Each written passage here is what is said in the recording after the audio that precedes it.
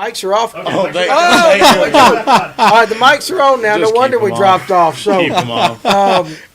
We he don't was, need 'em guys, tonight. if you were watching, Paul was just being safe because the talk before the show started was something that we probably would get in a lot of trouble for. It was a So little spicy. it was spicy. But I want to say hey to Kurt, Scotty Edwards, Ron, Nathan. How you doing there, guys? All of you guys, we appreciate that. What I was saying when the mic was off was I wanted to send a special condolences to Kurt Hunt. I know you're a Dodger fan, but on the Dodgers and go Braves, we're sitting here. We've been reveling in the Braves winning the World Series and all that. But we love you and all that. We poke good fun at you, Nathan. I know I follow Nathan on Facebook, and he was. I'm glad you didn't talk that much during the last game. I know he said I'm gonna be quiet because every time he posts stuff like that, the Braves it went south. But guys, it's been an incredible couple of weeks. Everybody's tired. I haven't had any sleep. How about you, Ryan? Why are you on your phone during the show? Get off your phone. I was just checking in on the world of social media. Checking in on the world of social while media. while you do your thing. And we do that. People So, watch your show. Yeah, I was so- texting everybody. My wife was. Somebody hey, needs to well, watch us. Miss Benson, you're one of the few that can't find anything better to do on a Thursday night, so we're glad you're here. But again, seriously, I was saying this when the mics were off because that's just the way it happens around here. Thank you guys for tuning in. Lipsticker. What's up, Joshua Tatum? Tonight's episode, of course, is brought to you by Nofo Brewery We're up going tomorrow. Highway 400, just north of we're going Cumming. tomorrow. Craft beer, good times, food trucks. I You will. guys go out there and check them out. Tell them the guys at Everybody Fish made North me Georgia and sent him you. fish, so. But we started the party a little earlier tonight, about 2.5 hours ago. And so tonight's episode is a little different. Normally we have a specific topic. And I really didn't want to schedule anything because I knew everybody was watching the Braves. Guys were busy, stuff like that. And so tonight we're going to do something a little bit different. We're just going to talk fish stories. Like I said on Facebook, if you saw the post, your best fish ever, your worst mistake ever, stuff like that. So you guys in the comment section, definitely, I make we want to see your stories as well. Your personal best, your worst fish, stuff like that. And just, if you've done this your entire life, you've had some ups and downs, you've had some fun times, some goof-offs. And so tonight, just, we're just kind of chilling. And like I said, just kind of sitting around the campfire kind of thing. When you go to deer club, I know deer season's fully going, and I've had a chance to go a little bit, and I love that. But, one of the things we do at deer camp when we can all get together, we make a fire in the evenings, and we just sit around and we talk and we tell lies. The fish are always bigger, and I'm not even going to go where I could go with that. You know how it is with that. You want to keep some things need to stay in deer camp, but stuff like that. So tonight is that episode. And, there's my spit there. I know my wife's going to fuss at me a little bit, but we got Jesse Benson right here with us. He fishes the North Georgia John Boat. Yep. What John Boat Anglers. North John Georgia Boat Anglers. He's also he does a match fishing thing that they put on that I got to take part in this year. It's really fun, and we'll get into some of that later on. And but he's fished. We've shared countless stories already and stuff like that when he and I fished together in that. So it's really a good time. And of course, Eric Beasley's here because he has nothing better to do on a Thursday night than show up. Don't you have homework or something? I don't know. Unfortunately, And you did text your mom. She knows you're here. Yep. Everything's good. Yep. You sure? Yep. All right. So, still reveling off his win in high school on Lake Lanier. This kid's got a big head going on right now. He is like Mr. Cocky. 2 notches. That's right. Chris Taylor, what's up? Tracy Coker, all you guys. Brian, thank you for coming up here today. But anyway, so we're just going to sit here and shoot the bull, and for a little while, and we hope you're fun. And of course, Ryan is here with it. And that's all we do at work anyway. So it's just like we're working today. How are you, Brian? I see your comment over there. Yeah, so that's pretty cool. So, Joshua Tatum started off quick, hung a 20-inch shoal bass in my anchor chain and had to go swimming to get the fish. It's stuff like that. What's up, Alexander Pierce? Alexander Pierce. Alexander. What's up, Alexander? Listen, Yeah. I'm with the ABA He's 125. with the ABA 125, and I saw what's in his refrigerator, and I fully expect some of that to come up here to the store next time you come. let's just say it was clear and it was in nice mason jars like that. So very nice like that. So anyway, like Joshua posted right there, 20-inch shoal bass in my anchor chain and had to go swimming to get the fish. We've done stuff like that. I can tell you, what are you laughing at already? I sent Paul a picture. A picture It's already? a picture of an engine on fire, and it said, "What's this like, man?" Asking for a friend. Good Lord. So I can tell you that my partner Josh, his personal best came on Rocky Mountain, and he got wrapped up in the trolling motor. And I had to actually go in and kind of, I didn't go in the water, but I had to lean way down and get it and hold it and kind of basically unhook his fish in the water so that we could get it up. And it was like 8.5 pounds. But we've all got that story, growing up like that. What's up, Eddie Williams? Everybody's got those stories. And so tonight we're just going to sit around, drink a cold one, just shoot the bull a little bit. We hope you guys are at home and everything's well with you guys. I shouldn't have said drink a cold one with you because, let me just go ahead and put it on record. Eric is not drinking anything but water. Elba. There you go. And Paul right there, Mr. Paul. Product placement. He's Now, getting the reason he has one that's schmoogers. so big is because it's only 3.75% ABV. Is that what they say? Yeah, something like that. Yeah. Something like that. So, Y'all, we're talking about going swimming for fishing or for fish. Back in probably about 2 or 3 years ago, we were running a trail out of, we were fishing on Yahulah one day, and Aaron Cole and Russ Edwards were fishing together, and I remember them talking about they hung one up on drop shot one day in a brush pile, and Russ said he went swimming for it and got it. It ended up being like a 6.5 pounder. But the funny thing is, he went into the brush pile. I think they said he went swimming about 9.5 foot of water, and he brought it back up. They won the tournament that day, but I think the water temperature was every bit of about 63. So oh, no way in the world like that. So, Chris Taylor, my personal best, came from the back of Wahoo. My old lady. Okay, hold on a second. Now, listen. If I can't say Jap, you can't say old lady. So there you go. We're going to get that out of the way right now. All right? You can't call your woman an old lady because the woke crowd will be hitting us up saying that. What's up, Dana Smith? You can't say, what is a good, other than wife, significant other? What is a proper term for a wife these days? I ain't married. You ain't married. Ryan? My lover. My lover? Yeah. I still can't believe your wife procreated with you. I'm but not going to that's say whatever. my wife and I's nicknames for each other. It might get me in trouble. No, what is it? Y'all don't want to know. Yeah, I do want to No, know. Some of them words we told you couldn't say earlier. If it's Yeah, not we'll on go George with Carlin's that. list, We'll go with that. We'll go with that. Yeah, I call my wife boss. that's a good one for her. Yeah, Actually, I'll give her if you that. look on my She's phone definitely on the that, boss. it says the boss lady like that. So Yep, I'll give her that. She's definitely the boss lady. So. Anyway, I called my mom the old lady one time. She did not like How'd that. go? It was not good. How long was it before you could sit down again? I was actually 15 or 16, and I saw a buddy up at we were going out to eat one night and coming back when everybody cruised, and I said, this is my old lady like that. And my mom was not happy with me whatsoever. So anyway, the better half. Well, that ain't saying much, Alex. It'd probably be the better whole with you right there, but it beats the other things I call her. Y'all call y'all's wives mama. Like, listen, no, we don't do that. I know better than that. That's a thing in the South.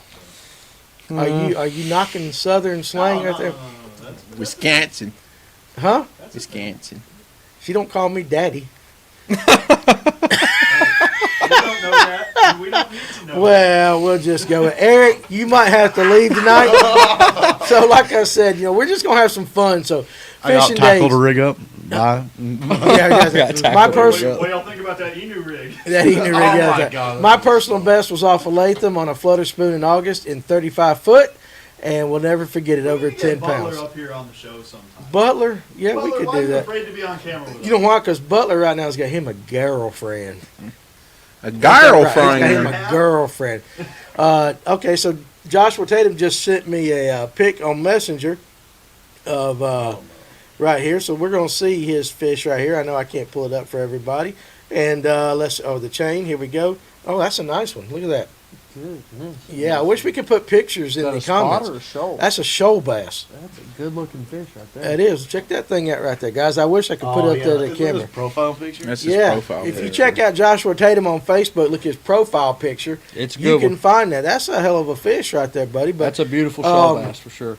it is. So, 10 pounds, that's a heck of an impressive fish. A lot of guys we talk to come in the store and they're like, my personal best is 4 pounds, 3 pounds, like that. And then all of a sudden, you get something like that. You trying to pull up a picture there? I'm trying to see. Paul is actually trying to see what he can do with this. We might lose every one of you people Send that to watching. Josh's Facebook, man. All right, hey, listen. Oh, okay, I'll send it to Josh's Facebook, and we'll do that right now. So, anyway, guys, so tonight is about that. Now, it's also not only about your personal best, but also, times you messed up, times you screwed up, stuff like that. So, Sonny, he's working. That's right. Butler's got him a real job now. That getting old sucks, don't it, kid? I coached Butler in football back when he was younger like that, so I remember that. But, yeah, now they're all grown and they're getting jobs and they're in college and stuff like that, so it's pretty fun. But I don't know how to do this crap there, Paul. So I'm going to send it. I'm going to send it to you. Messenger to send it to. Go to Josh's. Messenger and I'm in Messenger. Look up Josh McCaig right there and send it to that. So anyway, what are your stories? What are your good stuff? What's the bad stuff? Some of the funny. It's on times its like way. that. It's on its way. So Ty Patterson, my buddy who doesn't. Well, I was going to read your comment, and all of a sudden we flipped out real quick, but that's okay. You do what you do there, right there, Paul. Keep going. That's okay. So anyway, my buddy who doesn't fish often hooked a stump in Lanier with his drag on low and proceeded to reel with the drag screaming for a whole 5 minutes, saying it's the biggest fish he's ever caught. Be quite honest, didn't I do that with you that one day? Remember when we fished hard labor? Didn't I pull up a stump? Something like that. Yeah, Something you like pulled that. up a good stuff. When they pull back, that's when you got that problem, man. I did. It's just Listen, like- I was throwing a jig. I set the hook, and I laid into it, and I was reeling it, and all of a sudden I said, I got one. I got to get it. And about that time, I was like, something's wrong because it's coming straight to the boat. Yeah, and it was about a 2 or 3 pound stump. coming straight to the boat. Every time he stopped pumping on the reel, it'd pull back, and he's like, "Oh, I don't know." So I was reeling that thing in. But we all got them kind of stories, except for Eric, because Eric's a professional, Nope. and Eric doesn't Never miss- made a mistake. Ever. never made a mistake Nope, in his not young once. life, right there. So Nope. maybe Kevin Underwood, thank you. And also, when me and him went out, we fished that tournament. He's done that once or twice on a brush pile, drop shotting. tree pounders. I like that, Kevin. Yeah. That's a good way. Tree pounders. Membrane. Tracy, those 3-pounders, I will not disagree with you. They're fun to catch. Yeah, I love those tree pounders. So anyway, we're kind of dealing with that stuff Here we go. tonight. So are you trying Does to get that that work? We picture up? got Tatum's big ass. Here is, Oh, look that's at that. cool. Woo! Look at Perfect. that right over my face right there. Josh Tatum with a nice That's a shoalie big right old there. bass. That That's is a big fish. Listen, I would That's sell. a donk. I would sell my mama to the That is a Arabs for a big show bass like that. I really would. Can you say that? Can you say that? Oh, well, too late now. So, okay, Ryan, you're over there being Mr. Mature and everything. He's not mature at all. What's your personal best, Ryan? Shit, I don't know. I don't know. I Okay, fish you're with off a the show man. already. He literally doesn't keep up with them. I've really never don't. seen him weigh one. I really don't keep Really? them up. I've never seen him weigh one. I fished with him a couple times. I've never seen him put one on scale. Okay, well, Oh, my let's do goodness. this. We'll go around. We'll start with you, Jesse. Your most favorite catch of all time. I would say probably my favorite catch is probably my PB. I caught it at Yahoula up in Dahlonega one year, about probably 5-6 years back. Before that lake's over and come with dinks now, but back in the day, you could go out there and really get on some good fish. I was fishing about early January, and I was just yo-yoing product placement here, but it's a missing link. It's like a hybrid between a jig and a spinnerbait. It's got like an Oklahoma blade on it, and I was just yo-yoing it off the bottom looking for pre-spawn fish, and literally she ate it on the first bite, and I missed her on the first hook. I paused it, and I drilled her on the second hook when she bit it the second time, and I got her to the boat, and she was 889. As soon as we netted her, she spit the hook out of her mouth, and I was like, Oh, that happened. whoo! And That's I'll right. tell you this, I still remember that fish to my day, or to this day. It's something else. When you catch one that big, it's fun. I want to mention a comment right there. Stephen Guthrie Fishing right there. We sent his son I believe we sent him the green pumpkin bladed jig. Mhm. I think that. I hope the young man catches a lot of fish on that. So, Joshua Tatum, you got to get in a kayak for those, Denny. That's right. I know. Well, you need to get me a kayak one That of these kayak days. fishing's fun. You can come with us, man. I think let's do that, Paul. Let's set me up a kayak. Me and Ryan can go kayak fishing with you guys. Next spring, we can go to I'll pass. Can I borrow a kayak instead of having to go buy one? We'll find both. All right. So if you got a kayak, I'll run my boat up the Okmulgee. Shit, I'll take my electric only rig or up get a jet Okmulgee. boat. Let's What's go. up out of screen Not where fishing? we're going. They're not gonna. Those stumps won't hurt nothing at 5 miles an hour. Yeah. Well, I mean, I'll tell you what. Kayak fishing is something that I've never done. I've never been It's in a awesome. kayak. I've That's been in all a I kayak. used to do. Is it Yep. in your big long life right there? Yeah, my super long, extensive, all these fish I've caught. Never once made a mistake. That's right. Tell us Yeah. about the last girl you dated. Come on, I put you on the spot. I put one every tournament he's ever been in. You Oh like my big girls? Oh my Go big girl, what you gonna do? Go big girl, what you gonna do? There is nothing wrong with a big girl. As long boy. as she's big and green, we're good. Listen, I'm he's, just serious. If you he's ever- as red as a firecrawl Are we chatterman. Listen, is your mama watching tonight? No. Okay, so let's talk about that. Seriously, let me tell you something about a big girl. Big girls are fun. So when I was 12 years old at Lake Weiss, this is Ron Swinford at Lake Weiss. Where's that thing at there? 4th of July weekend, caught an 11.11 pound largemouth on topwater around a brim bed The brim at about cometh. 2 p.m. The brim cometh. The brim cometh The right brim there. Look at that. Hey, listen, Nathan, I'm telling you, look at all the things. On top water. That's got to be like a toilet getting flooded. Oh, listen. When I grew up, I grew up Pretty I had close. a farm pond in my backyard, and my greatest memories of going out on that thing was I would take a tube of crickets, and I would go out and I would catch a brim, and then I would take that brim and I would put it on a hook, about a 3-4 foot leader on them big old ass orange floats that you can buy at Walmart, and I'd chunk it off the back of the boat, and I caught so many big bass out of that lake.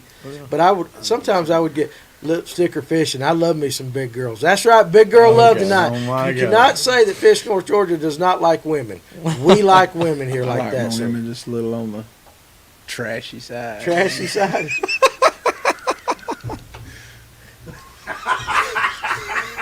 Ryan Now, said next that. time Nobody I else. talk to your wife, when Melinda calls me up, I'm gonna say, Melinda, do you know what Thanks, Ryan Nick. said about you? Pinkston just stole the show. Yeah. What did Pinkston? What Phoebe? What 300 pound plus.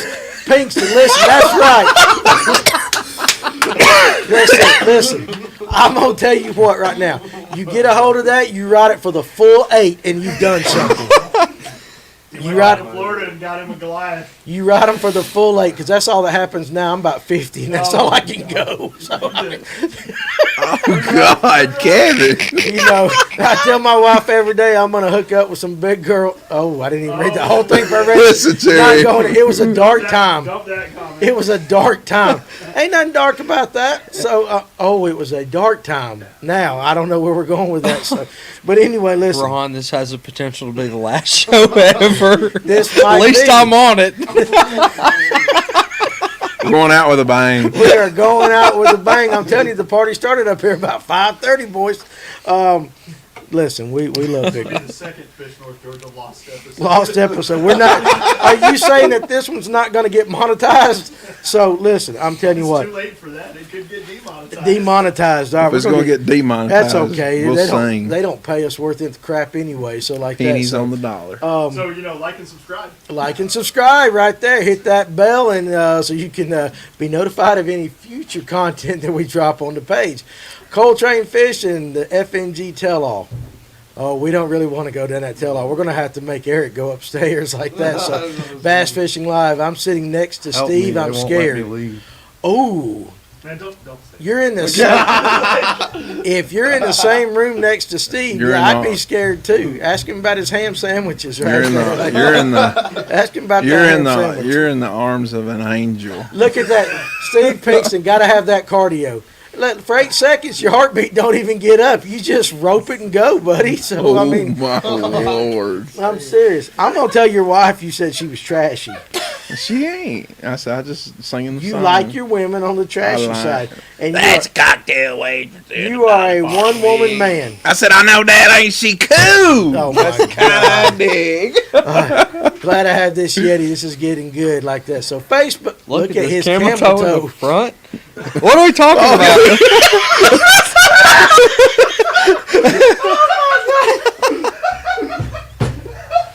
What are we talking about?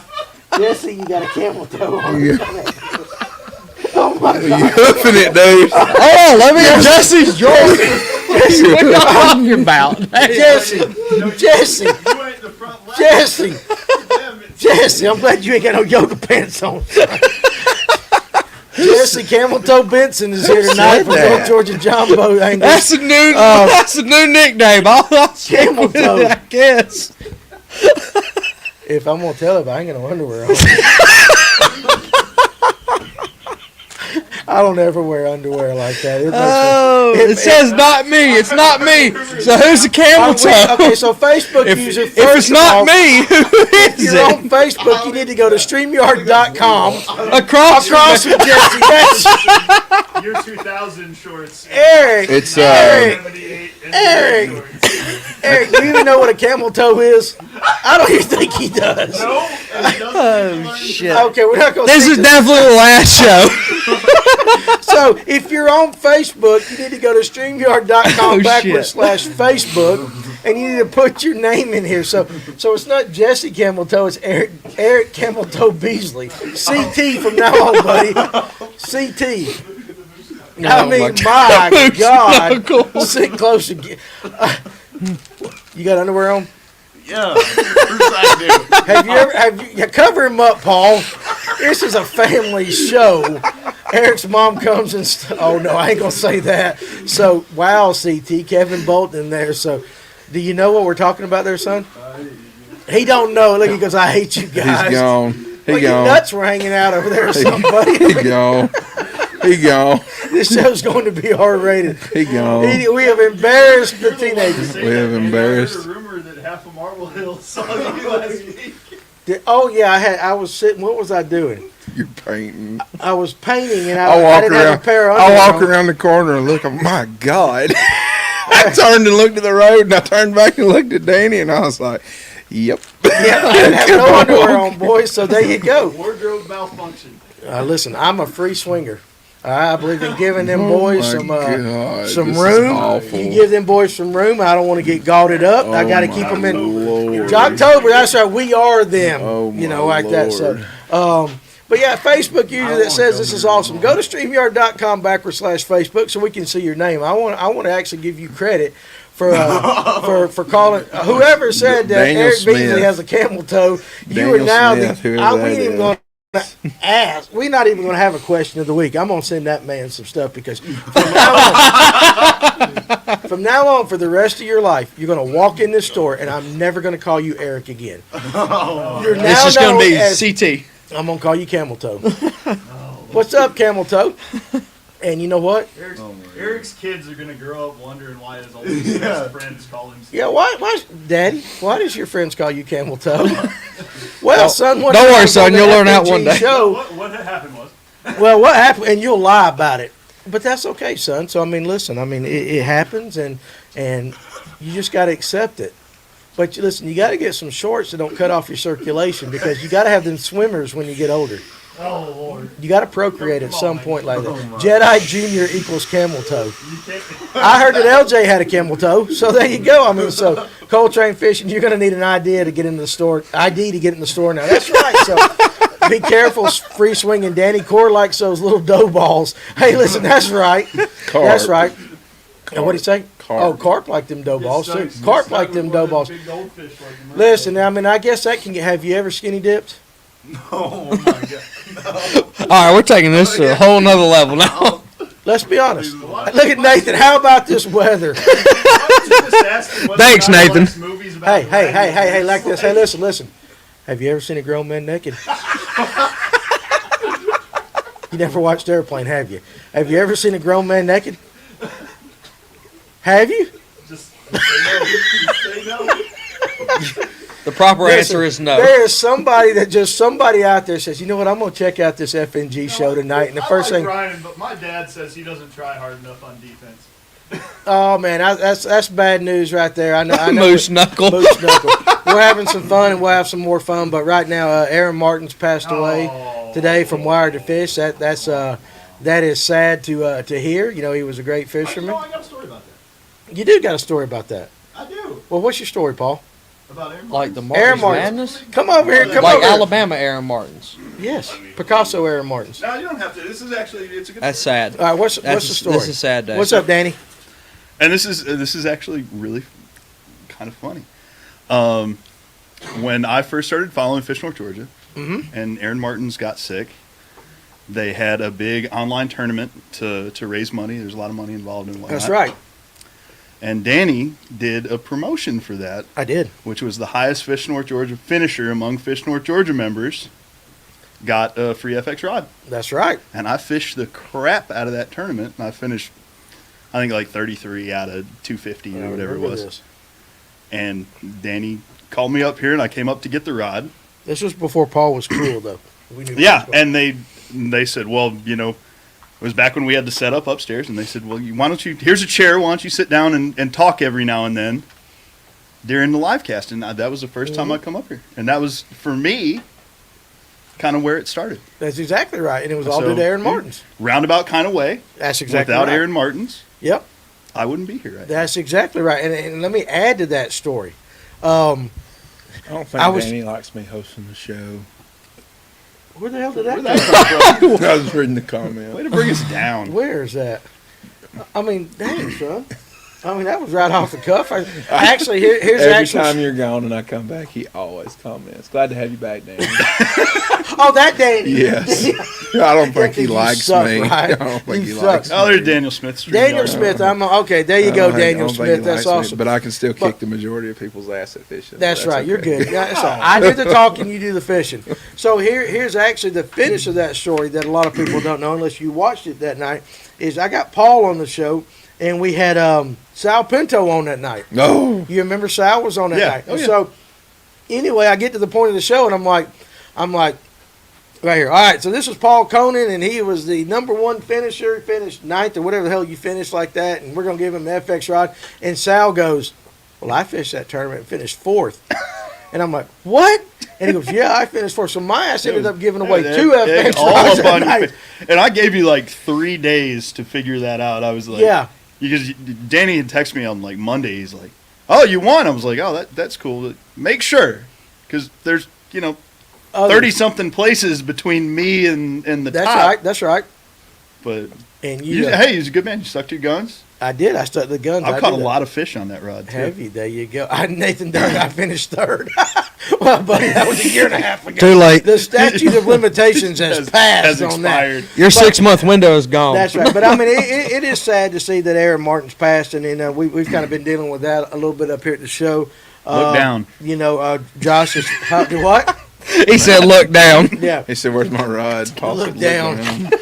it's right there with Eric's camel toes. Where's that? Oh, no. There you go, right there. So. No, we just got it back on the rails. We just got it man. back on the Just rails. got it back But on the rails. listen, Yeah, we're God But again. Aaron Martens was a great guy, good We're gone. ambassador for the sport, and we hate to hear him pass. And also, too, while we're talking about that, Josh's father-in-law, James Kelly, passed away. We've been doing that this week, and he is actually the guy that I guess him and his mother-in-law, or Josh's mother, they own this building. So without James's support, we would not have this store right here. So he was a great guy, and that's part of life. We lose him, we hate it. But it is appointed once for a man to die, so that's just the way it is. But hate to hear that news. That's one thing we're never cheating is death. You ain't gonna cheat death. You're gonna pay taxes and death. But it is a good story that does come around from Aaron Martens, Yeah. because without that little thing, circular. you and I would not know each No, other. that's true. And now I you're wouldn't know this guy. wouldn't know that. And now you're Wouldn't my know that boss. guy. You were my boss. You sit Oh, back there you behind mean- the thing and you tell me what to do. I hit So the button. what's up, And I Brett tell, Cummins? and I tell you, while we're being serious for a minute, this is probably a great time to talk about what we're doing for Nathan Hurd. Yeah, let's get that out of the way. So, guys, dive into that. we'll do that. See, listen, Paul is amazing at keeping me on track. So, guys, listen, and I want you guys to share this with other people, okay? So, Nathan Hurd is a local up here in the Dawson Lumpkin community. Where's he had- going? He had an accident. You need Mountain Dew? No, I don't need. I know what I need. Bring me another one. I'll take another brewski. That's right. So anyway, Nathan was he had a fall out of a tree stand getting ready for the season, and last I heard it was. I mean, I know Chris Taylor was on here one night, and I don't know how many pins and screws he's got in his back, but we're trying to raise money for him and his family. We're doing a couple of raffles. You're free to just donate if you want to do that, and you can do that by hitting. There's a couple of ways. You can message me on Facebook. You can PayPal, Venmo. We'll set you up like that. So, but we're also doing two raffles. And let me tell you that one is a hunting kind of raffle, a sportsman raffle. So it is for a Springfield, what was that, Saint. It's an AR-15. AR-15, and you can enter that. That's $10. And another one is a fishing raffle. You can either one, both. I don't care how many. I'd love for you to do both. But let me tell you how we're kind of adding to this fishing raffle, and it's growing. So here at Fish North Georgia, we put up a Revo Rocket 10-to-1 bait caster. It is absolutely, it's a pretty awesome reel, ain't it? I mean, it is absolutely. Is that mine? Yeah. Once you Thank you, CT. Once you go that fast, you don't go back. That's right. So 10-to-1 and like that. So we're going to do that. But listen to the stuff that we're adding. Okay. Nathan, pay attention to this. Yeah, listen to this right We here. got something special today for you. Oh, I need that. There you go. Huh? Koozie. So anyway, Jimbo on Lanier has offered to do a half-day guide trip. Phil Johnson with PJ Spots on Lanier has offered to do a half-day guide trip. Kevin Underwood let me read put your shirt up there right there. Hit it Lip right. sticker. Lip sticker. All right. He's offered to do a guided trip. Ryan is going to do a guided trip on Lanier. Jonathan Farmer has offered up a guided trip on Lake Notley. And so, For I them believe spot biles. that's right. I believe, and I'll get your comment here in a second, Mr. Hancock. I believe Chris Taylor said that FX Rod.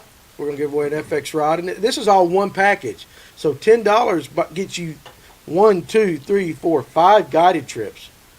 Fish North Georgia will go ahead and put something down too as well.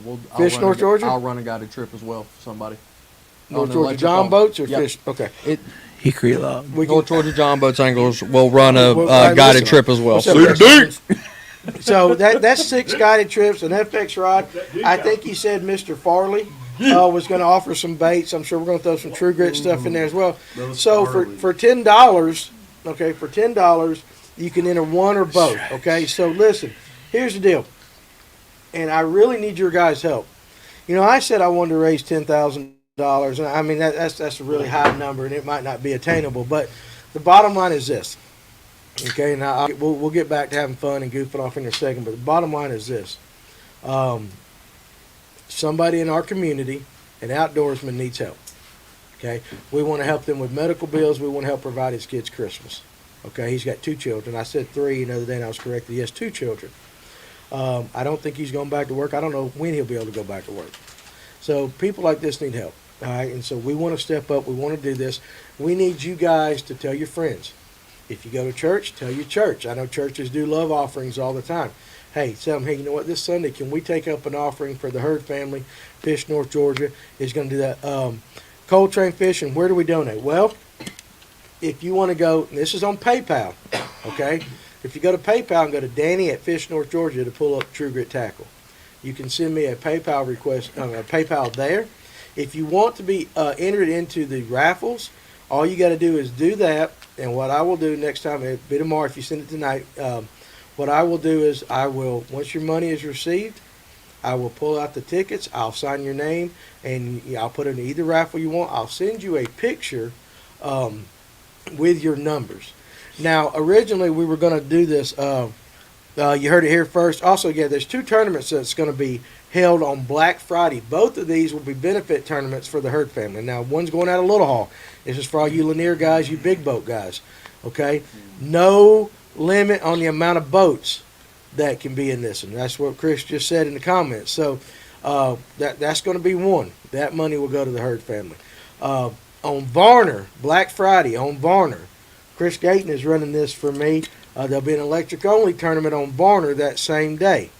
Okay, and if you, I don't have their names, but if you go on the Fish North Georgia page, you will see this. Also, too, and this is pretty cool, George Smith put that comment up there. If you go to Great Georgia Outdoors Facebook page and join the page, then mention the page to me, I'm going to do a separate giveaway for a $50 Cabela's gift card. So, yeah, and make sure, yeah, that's a good point there, Kurt Wehunt. On PayPal, send it friends and family so they don't charge us a fee for doing that. But I mean, if you do it, there's a fee, whatever. But if you do the raffle, I'll send you pictures of the tickets. Now, I was going to do this. I had set up the date as Black Friday, was going to do a drawing. But I think I really want to extend it one more week on the drawings to give more people time. I want to raise the most money as I can. If you're a business, I'll figure out a way for you to do a tax deduction. And those will be multiple winners. One person's not winning all of that stuff, right? Well, I mean, on the fishing side, Yeah. do we want to do that? Well, I mean, I think multiple. I would say multiple winners. One person with all that. One person with all that, they're gonna have to take like 3 weeks off. Well, I'll tell you what. Well, that's true. But I'll tell you what I'll do is tomorrow we'll come in and I'll separate them. I'll make 2 different packages like that. So, Chris Taylor, I was getting ready to say this.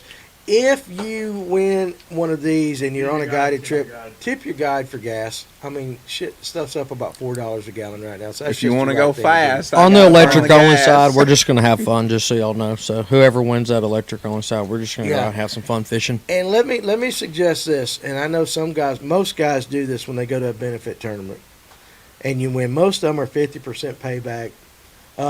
If you win, it's always very cool to see the guys that actually will turn around and basically hand the check right back to the guy that's running it and say, listen, give that to the family. So, again, a fishing raffle, a sporting raffle with the AR-15, 2 benefit tournaments.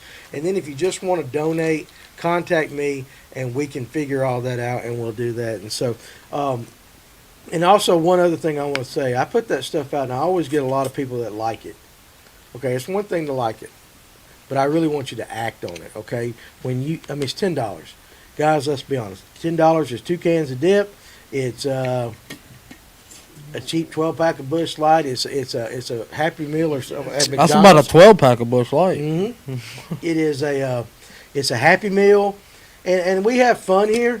But the reality, we goof off and we say stuff and have fun. And we're gonna get back to the fishing and all that. But the reality of it is like, listen, step up. I'm asking you to step up and listen. Last other thing too, don't ask forget. your friends.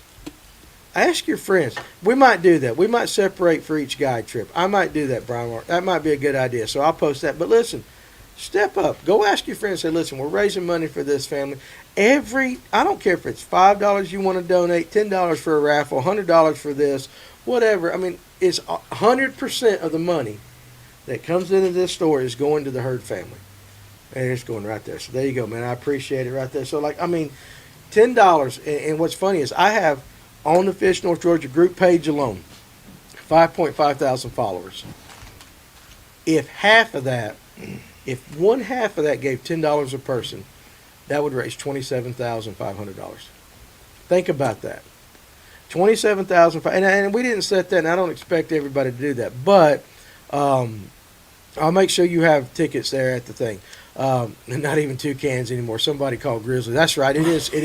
My wife is not happy with me starting to dip again, but that's a COVID-related thing that we'll go into later. But, hey, listen, I would appreciate it. You know that one of the things we do here at the shop, when you come in, we try to do a couple of things different. We make sure, I don't care if you're Kevin Van Dam or just a guy off the street, we try to treat you the same and try to treat you as equals. And we make sure we take the time to talk to you, that because we believe in the value of every single person. That's why we're a little bit different. We may not ever be rich doing what we're doing, but we're rich in spirit doing that like that. And Ryan, I'll get Ryan to come up from downstairs and say, Ryan, spend some time and talk to this guy. And you do that. Mm-hmm. We make sure, we don't care who you are, whether you're new to fishing or whatever. We try to treat every person different. And then when somebody is in need, we ask you guys, we try to step up and help everybody because, guys, you never know, to be honest, it might be you I'm raising money for tomorrow. Okay? It might be you I'm raising money for tomorrow. It might be me and I might need help. So stuff like that. So we really, really, really need to do that. Make sure to make an IG post about it. Paul will be on that. He handles that stuff up. So we'll definitely do that. But I know that I'm going in front of my church this Sunday, and I'm going to ask my church to help support them. My goal is $10,000, and that's $10,000 aside from the 2 benefit tournaments. Okay? That sounds like an awful lot of money. But let me just kind of give you a perspective. This guy was in the hospital for a long time. My wife and my daughter were both in the hospital for COVID. Okay? And they didn't even spend an entire week there. One of them's bill was $103,000, and the other one was like $111,000. Not even a total week. Now, granted, I had insurance. I don't have to pay that out of pocket. But medical expenses are real. Okay, so we definitely want to do that. Josh Tatum, I appreciate that. Spending an hour talking with Danny at the shop is easy because that's what we do. I mean, if we sold baits as good as we could talk, we'd be millionaires. But the point of the fact is that a man in our community, and I know, listen, gas prices are high. I understand that. Everything's high, and you may feel like you can't do anything, but I'm telling you, if you send me $1, I'll make sure they get it because that stuff will add up. But let's do that. You guys, please, honestly, seriously, ask your friends if they could spare $10. Tell them what it's for. I'll make damn sure. I promise you this. You have my word. Damn sure that the Hurd family will get every dollar. I want to provide his kids a decent Christmas, and I want to help them out as best we can. So, 10,000 isn't squat. My meal was 51 days. So, seriously, on your page, ask your friends. That's actually, we have fun here. We get to come on here every Thursday night. We talk fishing. Guys, you get to get up. A lot of you are going to go to the Braves parade. You know, we've got to sit around and watch ball games. You get to do stuff like that. But of all the things we do, I think helping out here probably, and I think Ryan will echo this, it makes our heart feel good. Don't you think? I mean, that's what we're here for. So, Helping those in need. helping those in need. So that's what the outdoor community does.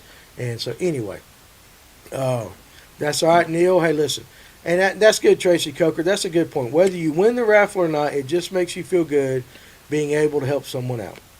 And that's what I'm talking about. It is, and that's what we're here for. Okay, you want to change the world? It can start with $10 at a time. Just, you know what?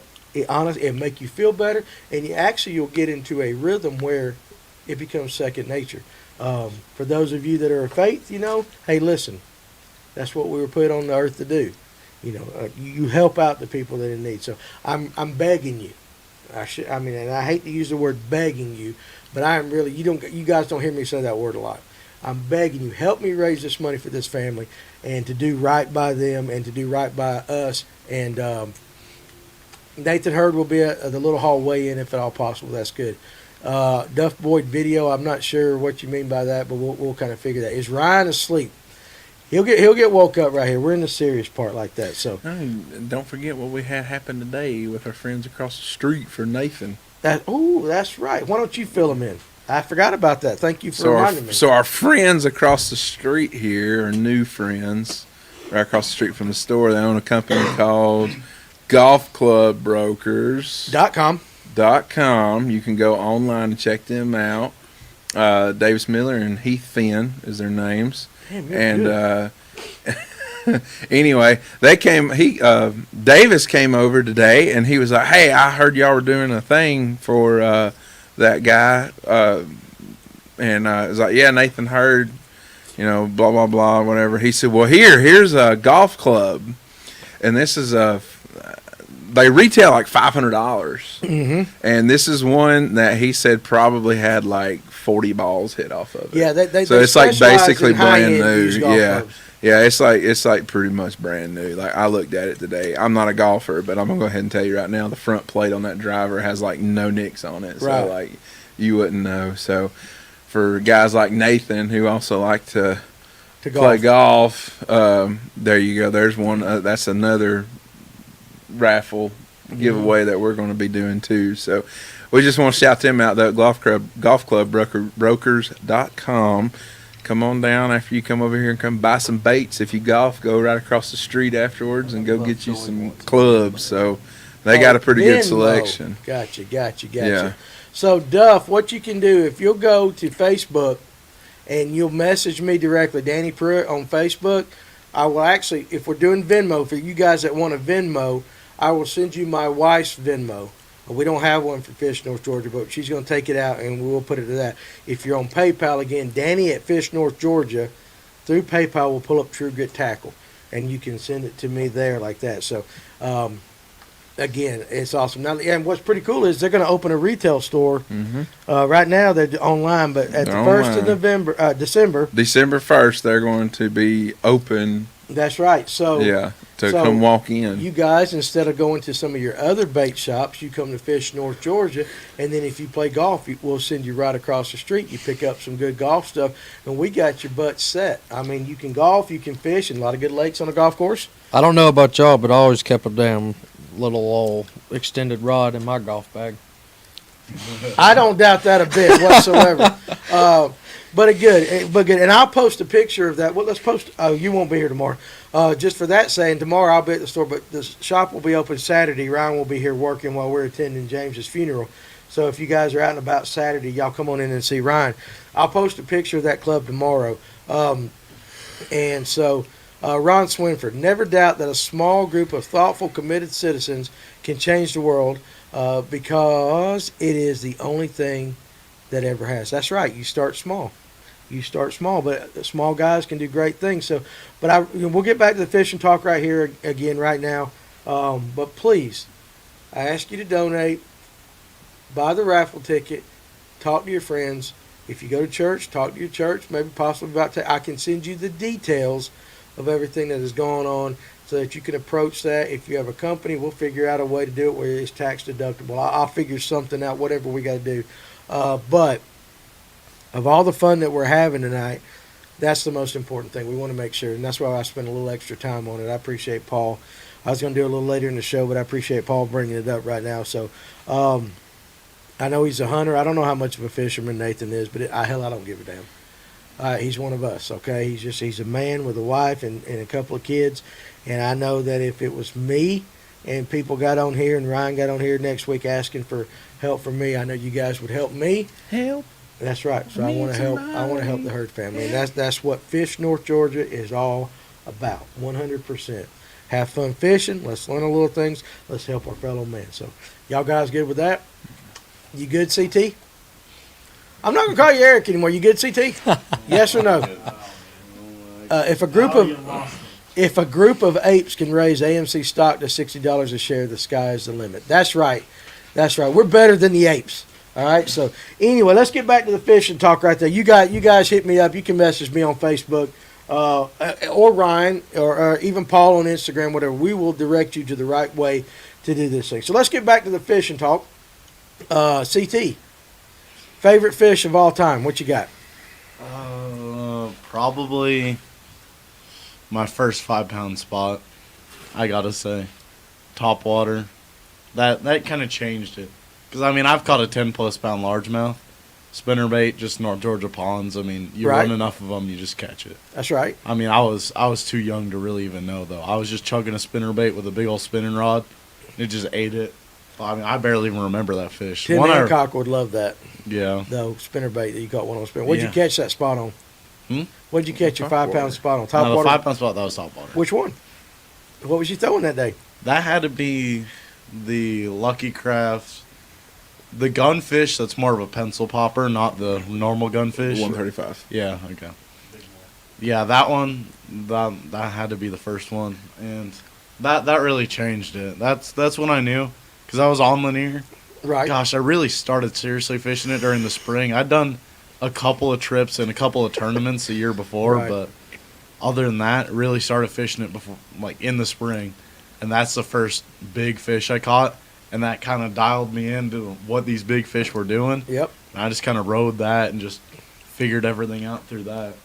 And changed the way I fish, really. That's pretty cool right there, Nick. On my birthday every year, took a trip with my dad and a guide.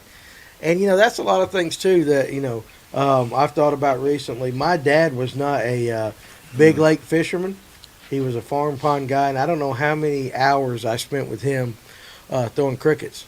under a pencil float, stuff like that. We always talk about bass on here, but the reality is that my childhood was spent catching big old brim, and that's what Same here. That's what my dad wanted to do. My grandfather, they would throw bass minnows. It wasn't about getting the latest, greatest bait that's out there. It was about getting a Zebco 33 with some 10-pound string on it. Even for them pencil pop. DuPont strand. DuPont strand. DuPont strand in that, what is it, that fluorescent blue or whatever the hell it is that glows at night and all that stuff. But I just remember countless times that I always thought it was the greatest thing in the world to get with my dad in a boat. It was one of the few times we actually got along. I mean, because, the rest of life, sometimes life is that. But getting in a boat with him, some of my fondest memories were just being able to go with him or my grandfather and putting a simple cricket on a pencil float and just going out there. And it's always something that brought me and him kind of, that and baseball brought us kind of a little bit closer. I wish I had more chances. Unfortunately, later in life, life gets in the way, and I didn't do that as much with him before he passed. And that's another thing too. You got your dad's still alive, stuff like that. Take him fishing. For us, it was that Rapala original floating minnow, the smallest size, on an ultralight spinning rod for bluegill. Did that all the way up, and that's all I learned how to fish with. That's right. That was my dad's favorite way to fish. I had to teach him how to bass fish, but he taught me how to use that dang. That's right. That's right. minnow And you'll and always catch. remember that. Daniel Smith, my boys, and I really enjoy carp fishing. Chum the river with some niblet corns. Yeah, I mean, seriously, it's stuff like that. And Ryan, maybe you can. That's an underrated way to fish. It is an underrated way to fish. Carp are awesome. Carp are awesome. They fun. fight great. I know, Actually, They fight great. Let me tell you something. I was on my senior trip in Hartwell, South Carolina, and I know most people go to the beach and all, but I took my cousin and a couple buddies from high school. We went to Hartwell, and we went to a pay lake. I caught a 22-pound carp, side hooked him, snagged him in the side. Didn't mean to. Set the hook, fought him forever. Got in there, and we went up to. We caught a few catfish, and of course we were underage at the time. Went to the store, and one of the locals was sitting up there, and we traded him all our fish for him to go in there and buy some beer. I'm serious, and we had a truckload of beer, 18 years old, just graduated high school, but that's how we were able to buy it. There you go. We gave that local a carp and some catfish, and he was ready to go. Dane Hunter, fish for catfish with chicken liver. We had that conversation up here today too. That's something my dad and my grandfather was chicken liver. You're gonna fish for catfish. I was blessed to have a pond in my backyard. Talking about catfish, so my buddy Brandon Smithwick and I were fishing the electric bass tournament last year out at Stamp Creek on Alatoona, and literally he was throwing a fish head spin, just dragging it off a bluff wall, and he hooked up with one, and it was like a 15-minute fight. About 5 minutes into it, we realized real quickly that it wasn't a largemouth or a spot, but when he got it to the boat, it was like an 8.5-pound largemouth that absolutely choked a fish head spin. It was probably one of the best catches I've ever been a part of. Oh, yeah, absolutely. It was like just the way that fish ripped drag, there was nothing about it. Like it was just something else. You'll remember that. Neil Scoggins, I want to read this comment right here. My dad will be 81 in February. He's always been my favorite fishing partner, but his mind isn't what it used to be. It's extremely sad to see it happening right in front of me. Yeah, buddy, I totally get that. I understand that. My dad passed away of cancer at 59. Got diagnosed in July and he was gone by that January. So you're blessed to have him for that long. I understand that that's a tough situation, but be thankful for the memories that you got right there with him, and we wish him all the best. I totally get that, understand that. So David Newcomb, put that comment up by David Newcomb that you got covered right there. I can't read it. Big girls need loving too. Yeah, they do right there. We've covered that. Like I said, go for the full 8 seconds. Now Ryan, Mr. Quiet tonight. Favorite fish of all time? Should be interesting. Yeah. Is it the brim? Is it the brim? That's really hard to answer. Just caught so many. What is the one decide. fish? I tell you what. Let's do this. Favorite. Let me go away from the favorite fish of all time. How about your favorite fishing memory of all time? That's a touchy subject. Are you gonna cry? So we don't need to do that. Well, I mean, Well, one thing I envy all of everybody that watches, and I envy all of everyone else is I love my family to death, but my family does never fished. Right. So, it was everything that I know and everything that I've learned has all been on me. Right. So like I don't, Grandpa never took me to the river to go catch fish or Right. anything like that. So I don't really have like any young childhood memories of fishing anything Right. because I just we just Didn't do it. didn't do it. And wasn't until really I got 16 that I really got to start I got you. fishing. So, because I just had a car, had a truck, and got to go do what I Gotta go wanted do to what you wanna do. And, saved up money when I was 16, 17 years old and bought me a flat bottom John boat with a battery and a trolling motor on the back and fished. And, pretty much, I've had a couple of teachers along the way, but the majority of what I know is self-taught Right. from my own experiences. So that's one of the reasons why it's really hard for me to say what my favorite memory is, because I just They're more recent than they are. pretty much to a certain extent. I don't know. Probably the one that sticks out the most out of probably anything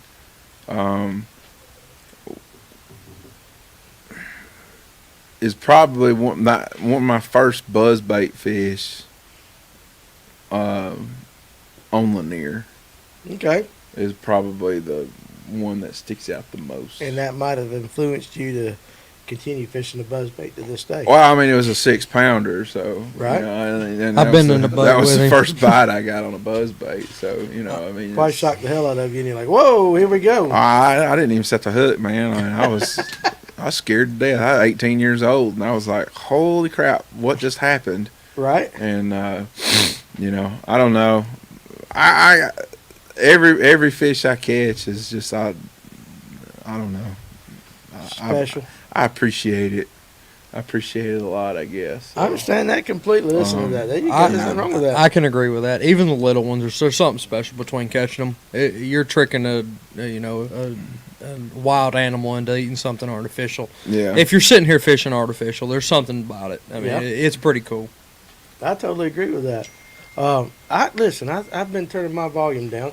Kevin Bolton, I love you, and that's you text me, and I will get with you tomorrow, buddy, like that. So now I'm on silent mode. How about this? Funniest experience you've ever had while fishing? You can start right there. We'll start with you. So again, my tournament partner Brandon Smithwick and I. So we were fishing out at Hickory Log and Electric on tournament earlier this year. It was probably early spring. My goofball butt decided I was going to make a long cast with a jig, and the rod shot out of my hand. I was like, I got a $250 rod and a $250 reel, and I see them shoot out of my hand like a rocket ship. I'll start stripping before I get out of the boat. I'm like, I'm about to jump in this to go swimming, and literally before I could get stripped down, he's like, yo, it's floating. I was like, woo wee. That's probably one of my favorite moments fishing, just realizing that, oh man, I messed up and threw a $500 rod and reel in the water. That's right. So Hey, scroll up one comment right before I read Tracy's. It was right above. It was Daniel Smith's. I'm convinced that most of us fell in love with fishing, not the competition. Tournament fishing is awesome. However, nothing compares to night crawlers, a riverbank, a bag of snacks, and your daddy. That's exactly right for some of us. Absolutely. I remember those days like that. I spent a lot of time with my cousin back in Forsyth County. There used to be a pond on every corner, that you could get in and fish. And that's one thing a lot of this generation, like Eric and them, you've kind of lost a little bit, is that now subdivisions are around all these ponds. I know those ponds when I was younger. Oh my God. I've snuck into people's lakes at night. It was always, hey, doctor, I forget. My cousin was watching that. He could tell there was a doctor that had two lakes. He had one out in the middle of a cow pasture that we got to fish, and that was funny. He wouldn't let you fish the lake by his house because that was the one with the trophies in it.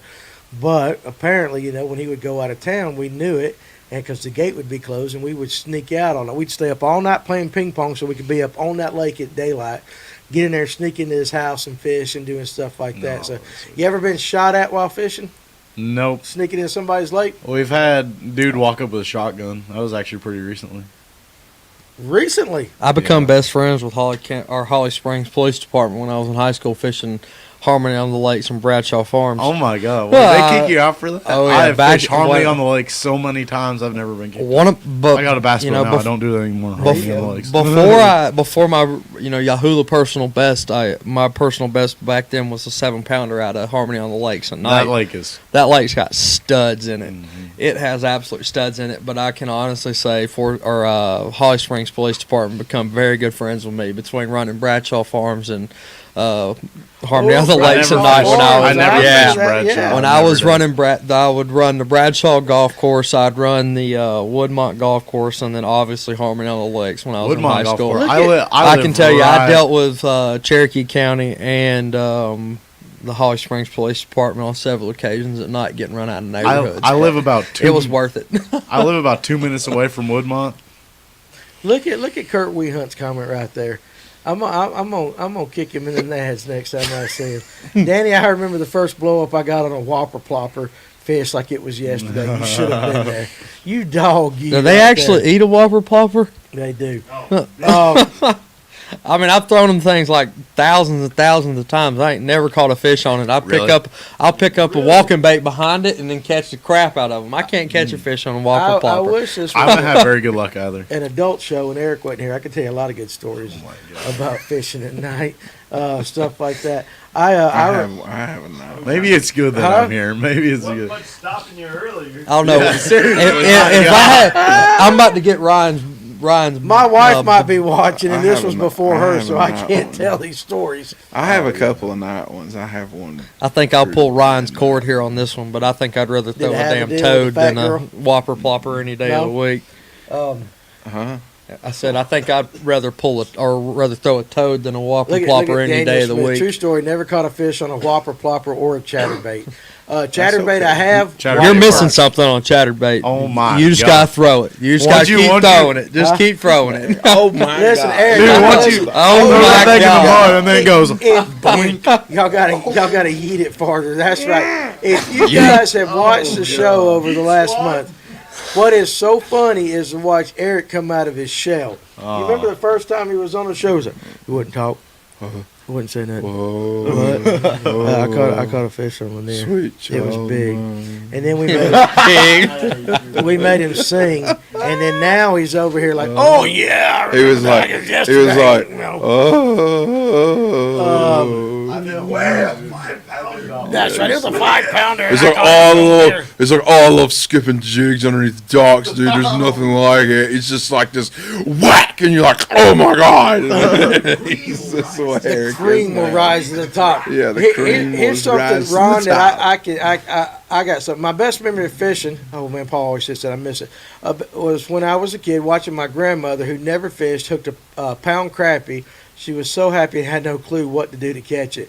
My grandfather, on my dad's side, on my mom's side, he fished all the time. My grandfather on my dad's side never went fishing, but one time he went fishing, and I shit you not.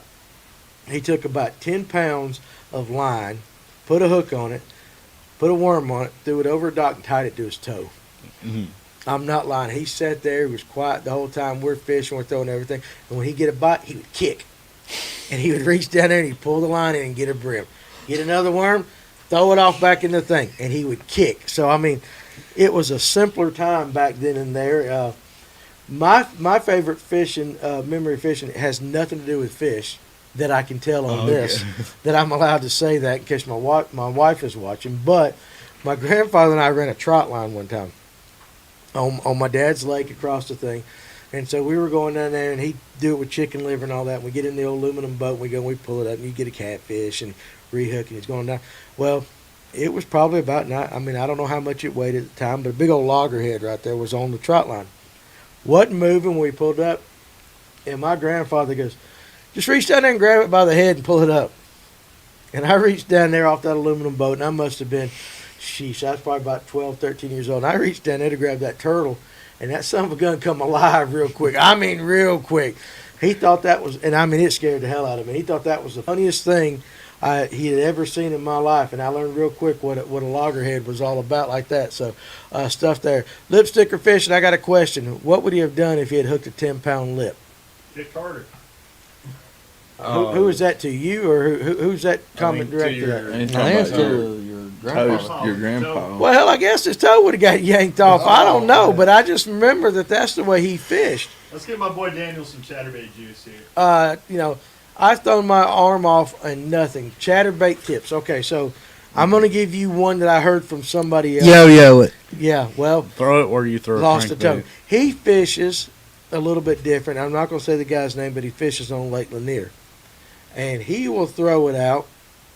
I don't care if you're in 10 foot of water, 15 foot of water, or 40 foot of water. He lets it sink all the way to the bottom. That's the key. Lets it sink all the way to the bottom, pops it, and then reels it. He keeps it low. A lot of guys will throw that chatterbait and they'll keep it up on top of the water, and I'm sure that works sometimes. I've seen that. I've seen guys work it actually like a jig too, where it's a real quick pop, get that chatter, let it fall back. Oh, the yo-yo. Quick pop, yo Yo-yo. like what you were saying. It's the same thing as same thing with a lipless, pretty much. Yeah. Yep, it's absolutely. It's the same concept. That lipless will work The right key, now. the key to a chatterbait is to throw it. And I know you say I've thrown my arm off and nothing, but Got to keep throwing your other arm off. rip and let it fall. See that's the thing. Ryan, what do you think about that?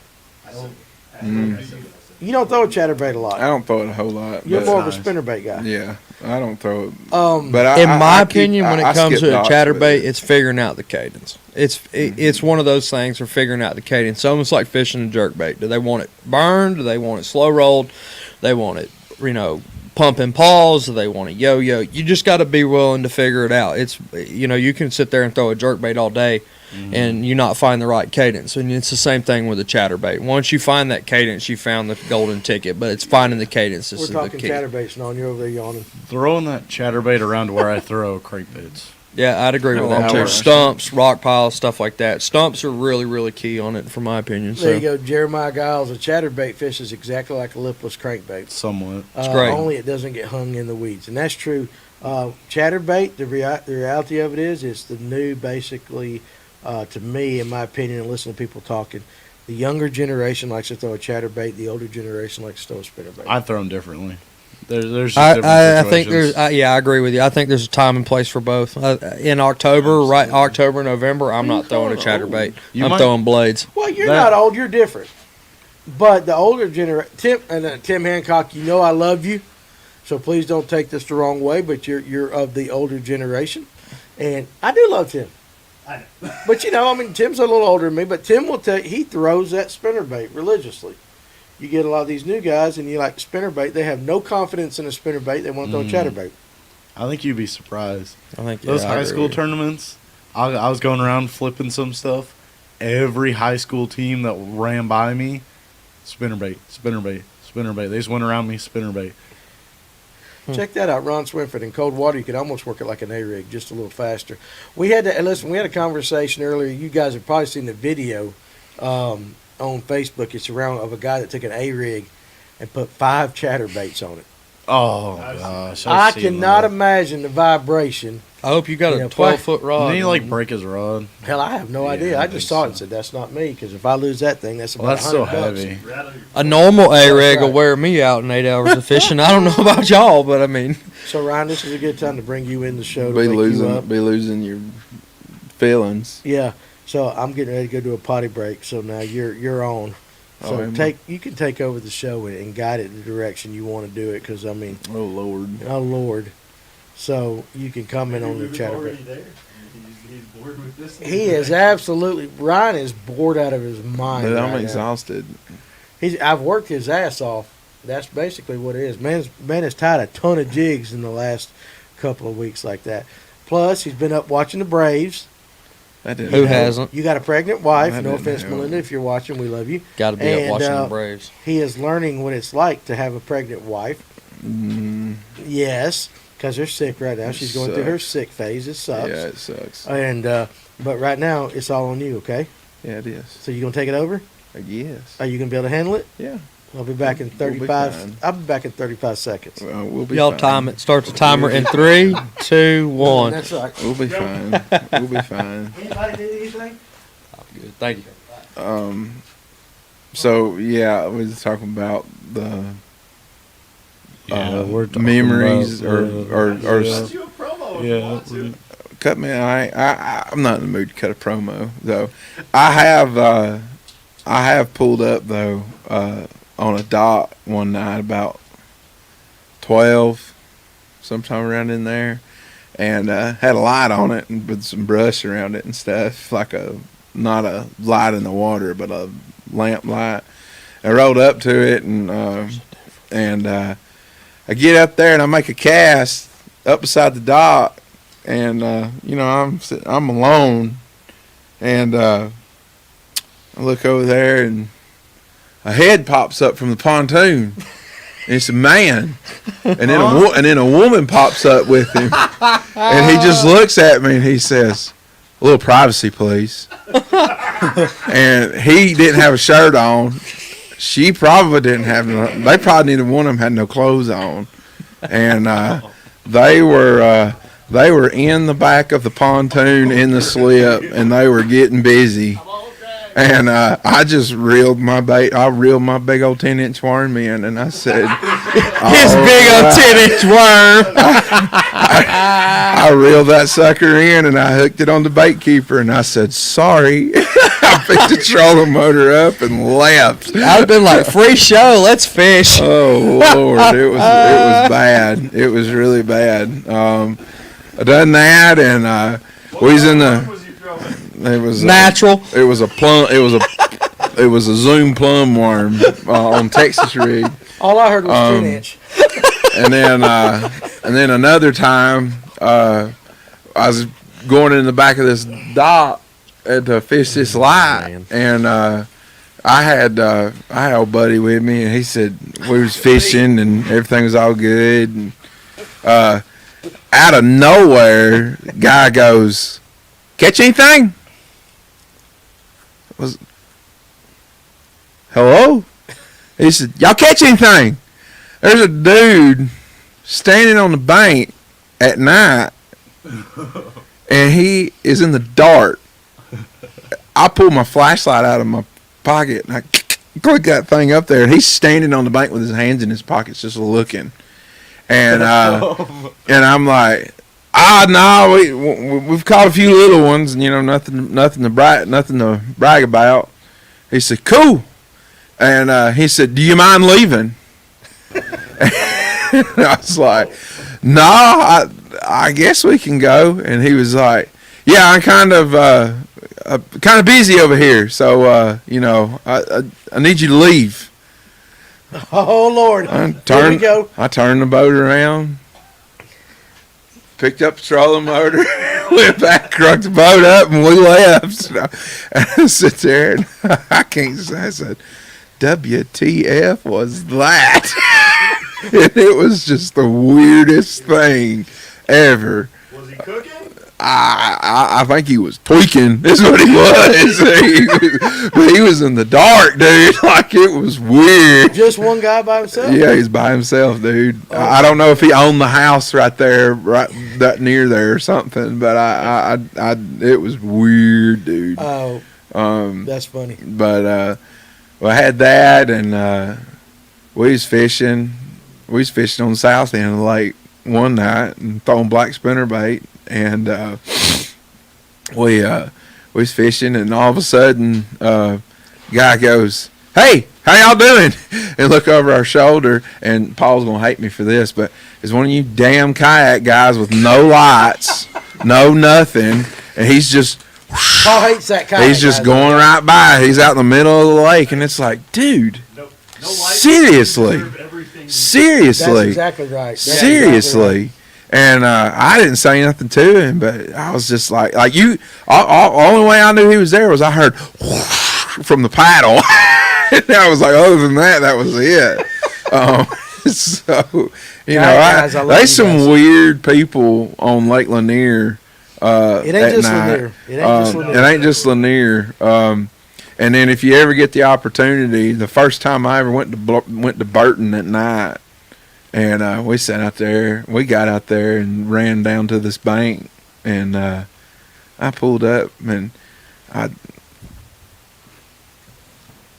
Please do sound. damn, where's my rod? I can't. It's dark as sin up there. Dark as sin. You can't see up there at night. Right. And we said we're gonna throw buzz bait. Go down this bank, okay? And then all it was, and it was, and You playing by your senses. dude, you like. I'm talking. This is like getting in your bedroom with white out or blackout curtains and turning the light off at 1 a.m. Right. with a new moon. I mean, you don't see nothing. Right. You Oh. don't see anything up there. Right. Pure instincts. Yeah. So it was like that, and so that's some of the night things, man. You run into some weird people at night, dude. Listen, you want weird. I went to Danny's favorite yoga class. Well, I got two stories. Yeah, Josh and I were filming up on Big Canoe, Lake Pettit, and we had John Long was doing that, and we had the camera set up. We're following him, and he had his two girls in a pontoon boat. And we were in the pontoon boat. They were in his electric only rig. And all of a sudden, here comes a group of about, your typical soccer mom. So if you could imagine a soccer mom, all in yoga pants and everything. Here they come by on paddle boards, or those what the hell's those stand up boards? Is that a paddle board? All right, so they're all coming by, and we're like, what the hell's going on? And they all go by us, and we didn't think nothing. We kept filming and did all that. As we come back around the corner, they're all lined up in a circle, and they're doing yoga out in the middle of the lake. Do you remember? Sounds like a good show. I was like, whoa! Do you remember the first time I was up at above Clark's Bridge, and we rolled up there and had no idea at like 8 o'clock in the morning, and all of a sudden we just hear stroke out there, and we're turning around looking, and here comes UGA, and the guy is UGA and they're healing it. Go dog! Yeah, so. Hey, boss man watching in Memphis, Tennessee. Hey guys, that's awesome. Facebook user Carter is very dark. I'm sure it is. College meet. So, I mean, rowing apparently puts you in good shape. Oh, you got Helga right there on the back of the boat going stroke. Listen, if you want to talk strange things, we were fishing Latham one day, and if anybody's fished Latham by yourself, you know that deer run across that place. You can hear them running up in the woods and all that. So All over the place. we was fishing one day, and it sounded like a buck rutting all over the woods. There was all kinds of this just crazy racket and everything. And so there was a boat that was pulled up on the bank. If you know Latham, it was about, if you come out of the boat ramp and you start heading up the lake, and so this boat was parked. And I swear to God, it sounded like something was just getting murdered. About 10 minutes later, here come this guy and this woman out from down the hill, and he's just got a smile on his face. He gets back in his boat, he paddles right by it, he goes, "How y'all doing?" I said, "Hell, not as good as you, buddy." He's just like, "Hey, let's go do it." Right, Eric, are we embarrassing you yet? Hey, when the You got time a is here, long the way to time go. is here. When the time Get up, strikes, let Paul jump in here. Seriously. when that time comes, that time comes. Listen, but here's the thing. I was impressed because I don't know what they were doing, but they sounded like they covered a quarter acre while they were doing it. Rolled up. I was like, dude. Whatever they were doing, they were doing the hell out of it. Real quick about that comment. I had a buck cross in front of us, crossing the lake by a 6-pointer, and you want to know how stout a deer is? Roll up beside that thing idling and grab a hold of one of its horns. And I said, "That's the last time I do that." We have seen a bear swimming at Latham. You ever seen a bear swim? Not the hell. What the hell? Actually, that? yes. On the back corner, a bear come off, got in the water, Back behind swim. the culvert. No, on this side of the culvert. It was on this side of the culvert, but he swam right Back across. by the golf course or back Mm-mm. out Like on if, the like main if you lake turn on The Latham, island area.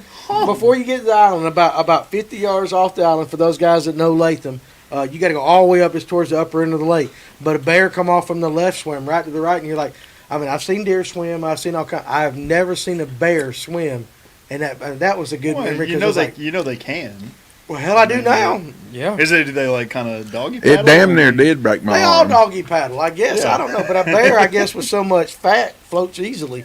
But he cleared that lake like it wasn't nothing. I was kind of impressed. Did y'all get close So- to it? Hell no, I ain't messing with Why? him. It's a bear in the water. What's he gonna do? What am I gonna do with him? Bear stuff. What's he gonna do? You want me to take a bear, hold his head in the water? Hey, boo boo. We ain't got no picnic basket in here. Yeah. I bet we could get Ryan to do it. Have you ever dragged a bear? I mean, I can't imagine trying to lift that SOB in the boat, you know. So, but anyway, Paul, Grab it by its ear. We'll figure out how it goes. Paul, do you have an No, interesting I story? do have an interesting story. Where'd Eric go? Well, he's already embarrassed, and he's like, "My mom's going to kill me if she watches this episode." He tagged out because he don't have no story like this. That's right, because you're and this young. is- You don't know nothing yet. So anyway, Were what's you up, on the Paul? tee when I just ran across this? No, I wasn't at that tournament, Daniel. Daniel was asking about a tournament that we saw a bunch of deer, or he saw something. There you go. No, I was going fishing one morning out of Settles Bridge. I was going trout fishing. I was fishing at Lake Ackworth and saw an 11-year-old kid. Rolled up on a couple of Mustang partners. Oh, God. I got to tell that later. Oh, I forgot about that one. Oh, God. I got a great story about getting caught in a parked car. But anyway, go ahead.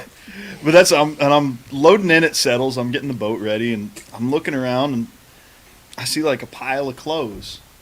And that doesn't really surprise me. People trash that ramp all the time, right? Right. So it didn't really click. I'm getting the boat down the beach there, and I hear voices.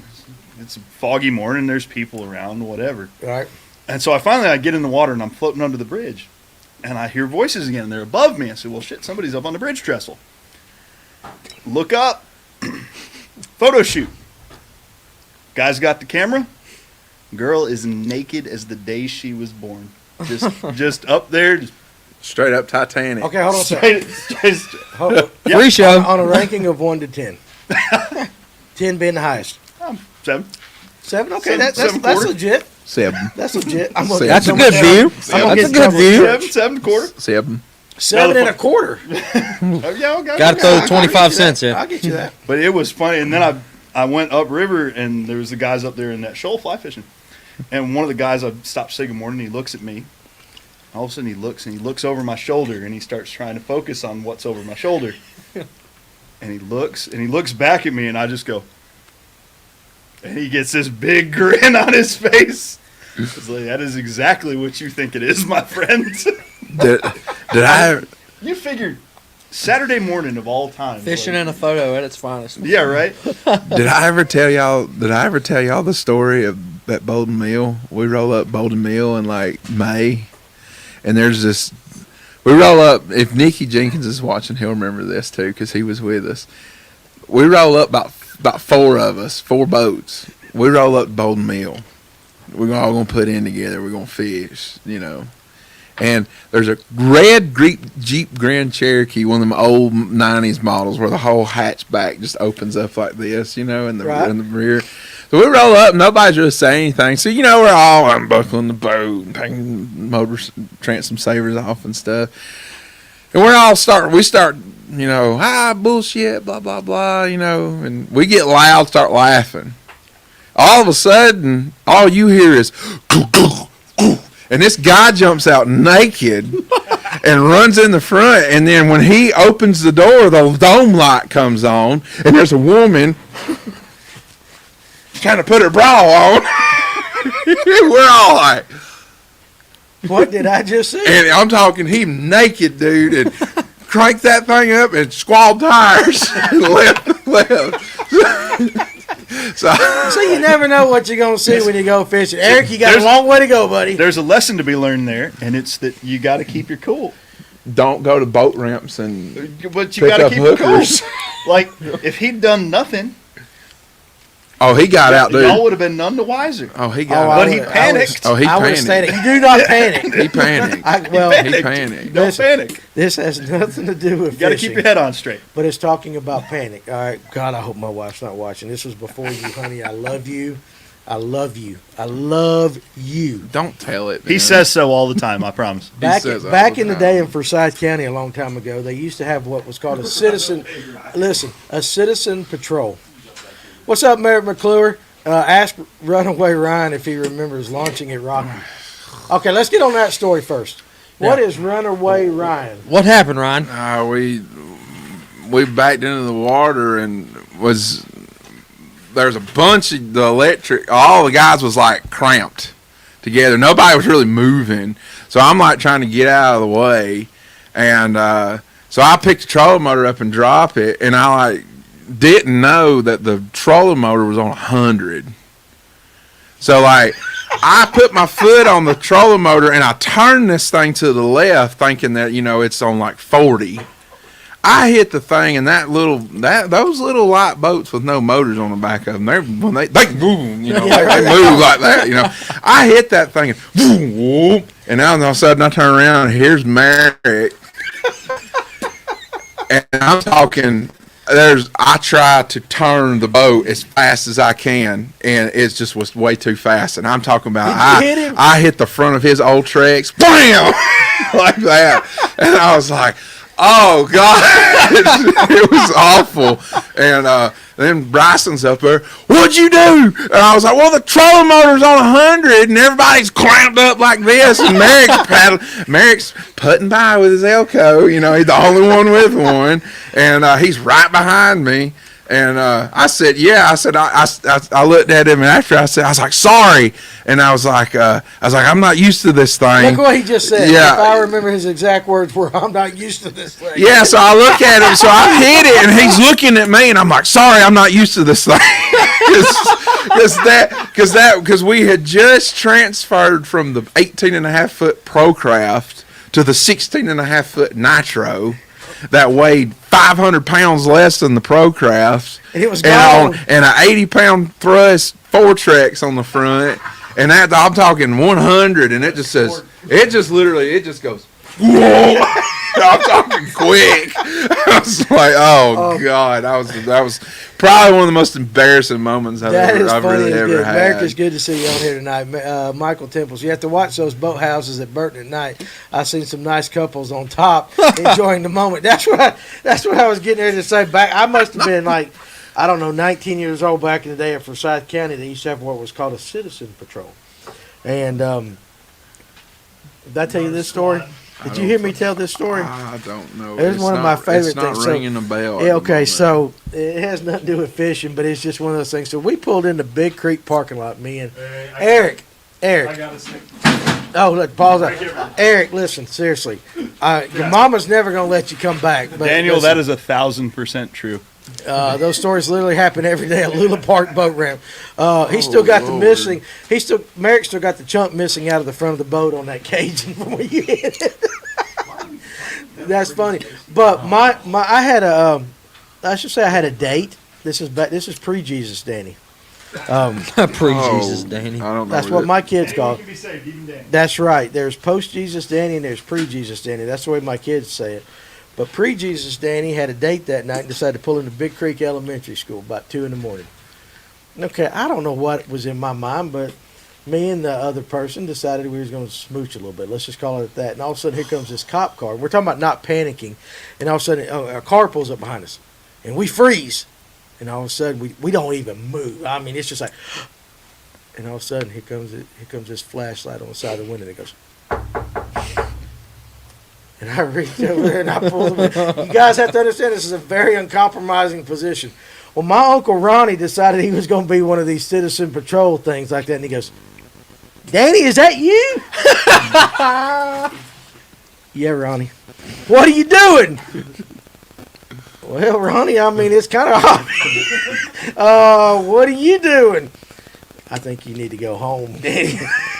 But I didn't panic. I didn't panic. I didn't get up and run. So I just remember things like that can't happen nowadays because everybody's got cell phones and stuff. Same situation happened to me my senior year in high school when I was at that what was it right there, Harmon Park in Canton, downtown Canton. You know those Canton police very well. Man, in high school I learned all the cops in Cherokee County. It is extremely fun. You see some strange things on the water, but I can't believe you hit Merrick's boat. I did. You hit Merrick's boat. I did. Didn't understand the power of that trolling motor right then and there. I saw Merrick and Merrick, if he's still watching, if I didn't run him off with that last story, he probably remembers this sitting on the back of Latham one time. And he had that Elko, and he was the only person with the Elko at that time. And a guy literally pulled and stopped on that road, and he goes, "Hey," and Merrick's like, "Yeah." He goes, "You can't have that gas motor on this on this lake. That lake's electric only." Yeah, and then of course Merrick explained to him it was an Elko like that. But I still remember watching that. You know, I that was pretty funny at the time like that. So, Eric, have we lost you for tonight? Or CT, have we lost you for tonight? We need to get some T-shirts made. Hashtag camel toe. Man, Would you wear that? We need I would Bring not wear Thomas that. shirts before we need that. Would you wear that in a tournament? No. Why? No, no. Why? Why? Why are you backed away from the microphone right now? Why are you scared of the microphone right now? Why? I mean, seriously, why would you not? I mean, I know we probably run off all the good fine people of the show so far, but why would you not? Well, there's 44 left. There's Just 44 like us. people left watching that's just like us. You degenerates.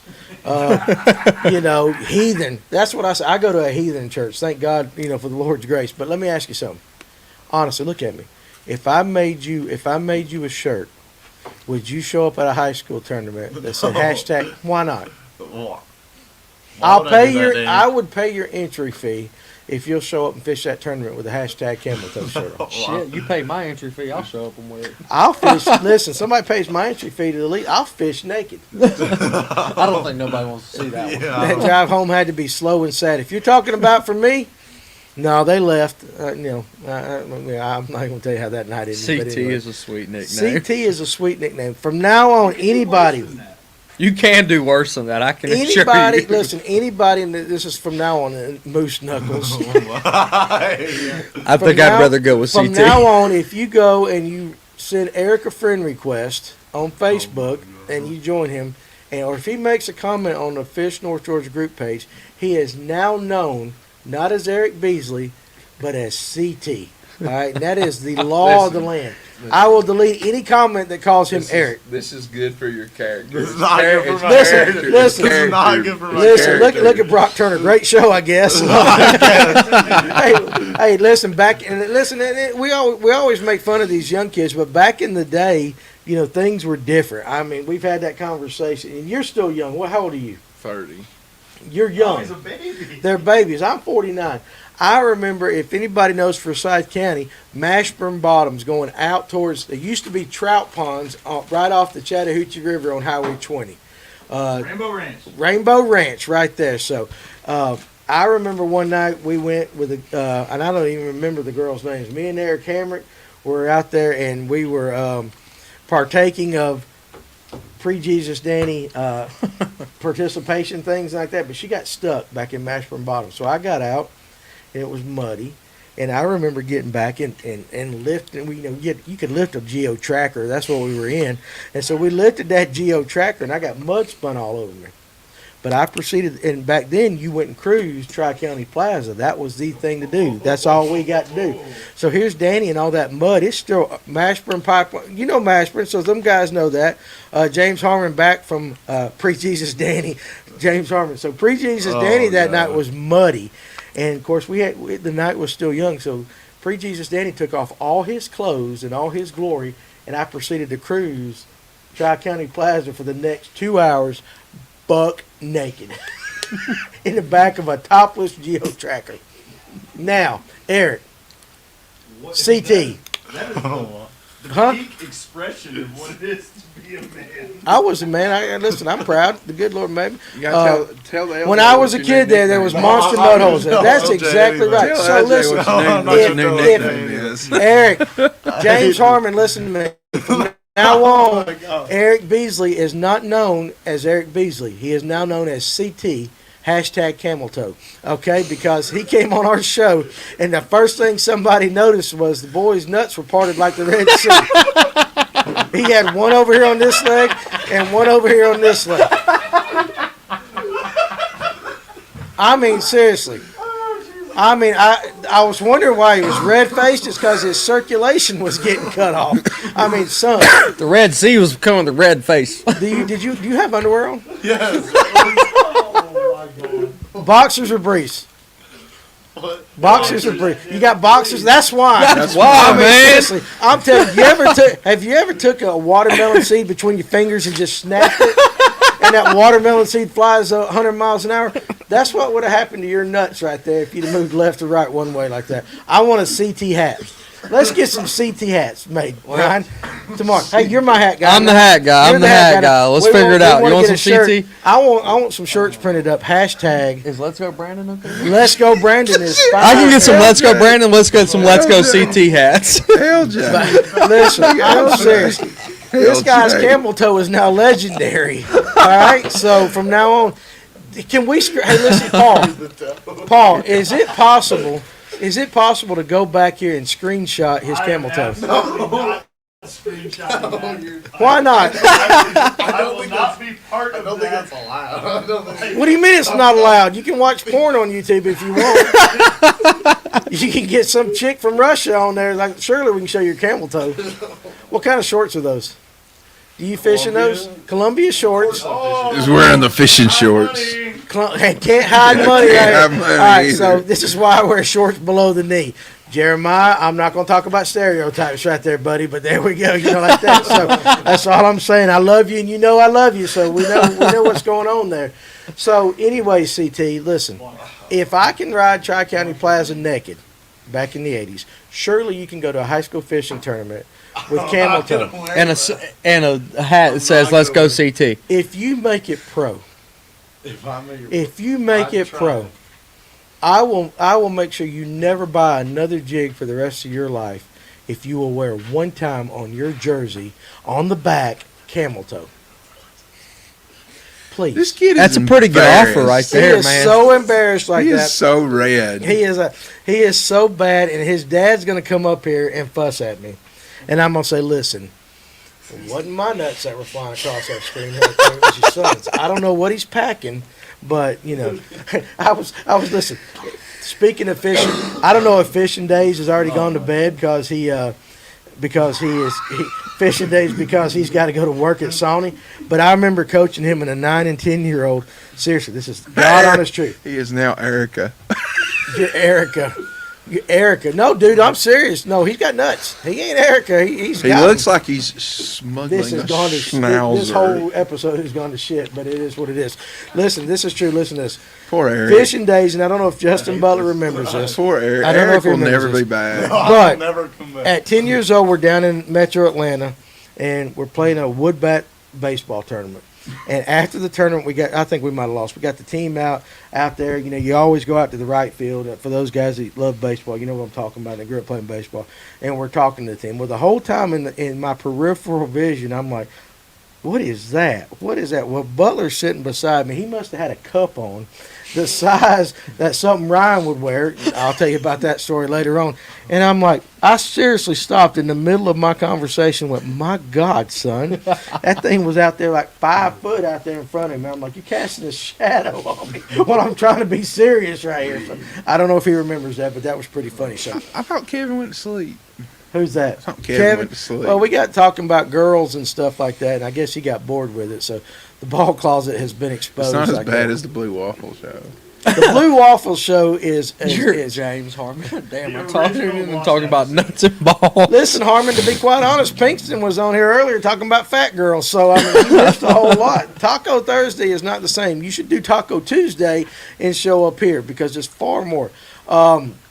The Blue Waffle Show, the infamous Blue Waffle Show. That's just scary right there. Do you know what a Blue Waffle is? I do, and we're not going to talk about it much further than that I did right not there. know what a Blue You Waffle don't is. want to Google it, I promise. Oh, I did Google it live on there. You don't want to Google it. And I saw that picture, and I went, I'm sitting there talking, and everybody's laughing at me about the Blue Waffle. I'm like, what is this? And I went, oh. That's a good way to put it. Oh. I mean, Whoa. I looked like a possum after a car wreck. I mean, it was terrible.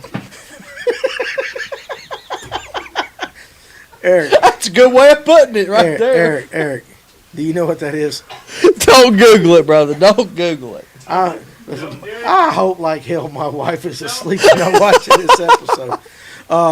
Anyway, You know, you gotta do an episode like this every once in a while. No, you don't. You don't. Are you gonna, I'm just glad I showed up for it. Eric? Are you gonna come back next Thursday? Absolutely not. Why not? Why not?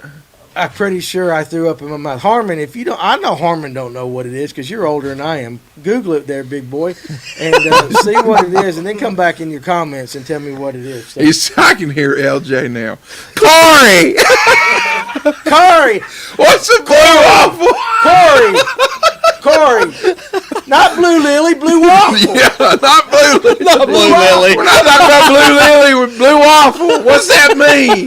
Corey, He's like this right here. He's Corey. Corey got his glasses up, his hat's kicked sideways, like pretty sure this is child abuse like that. No, man. I mean, show me a picture.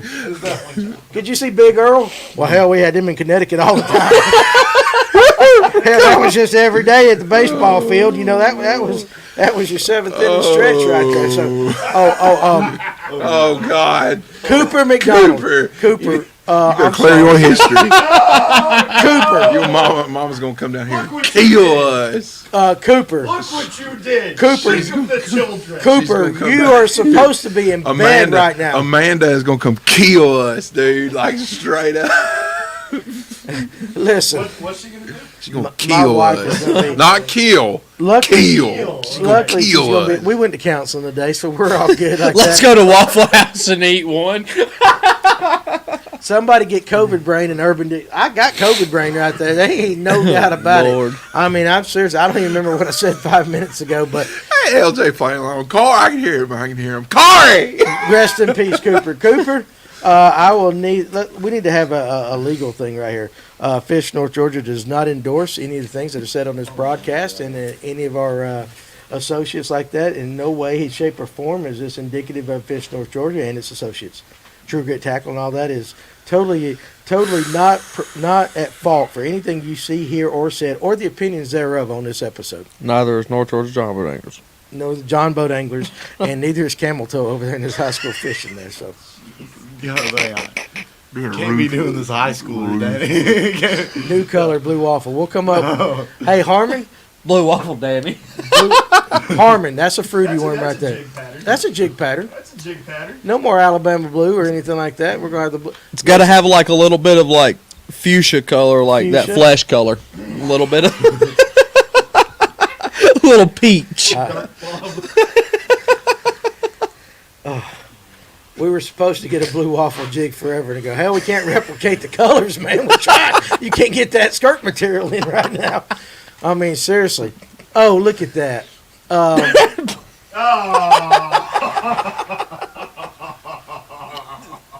Harmon. And we're officially there. Harmon.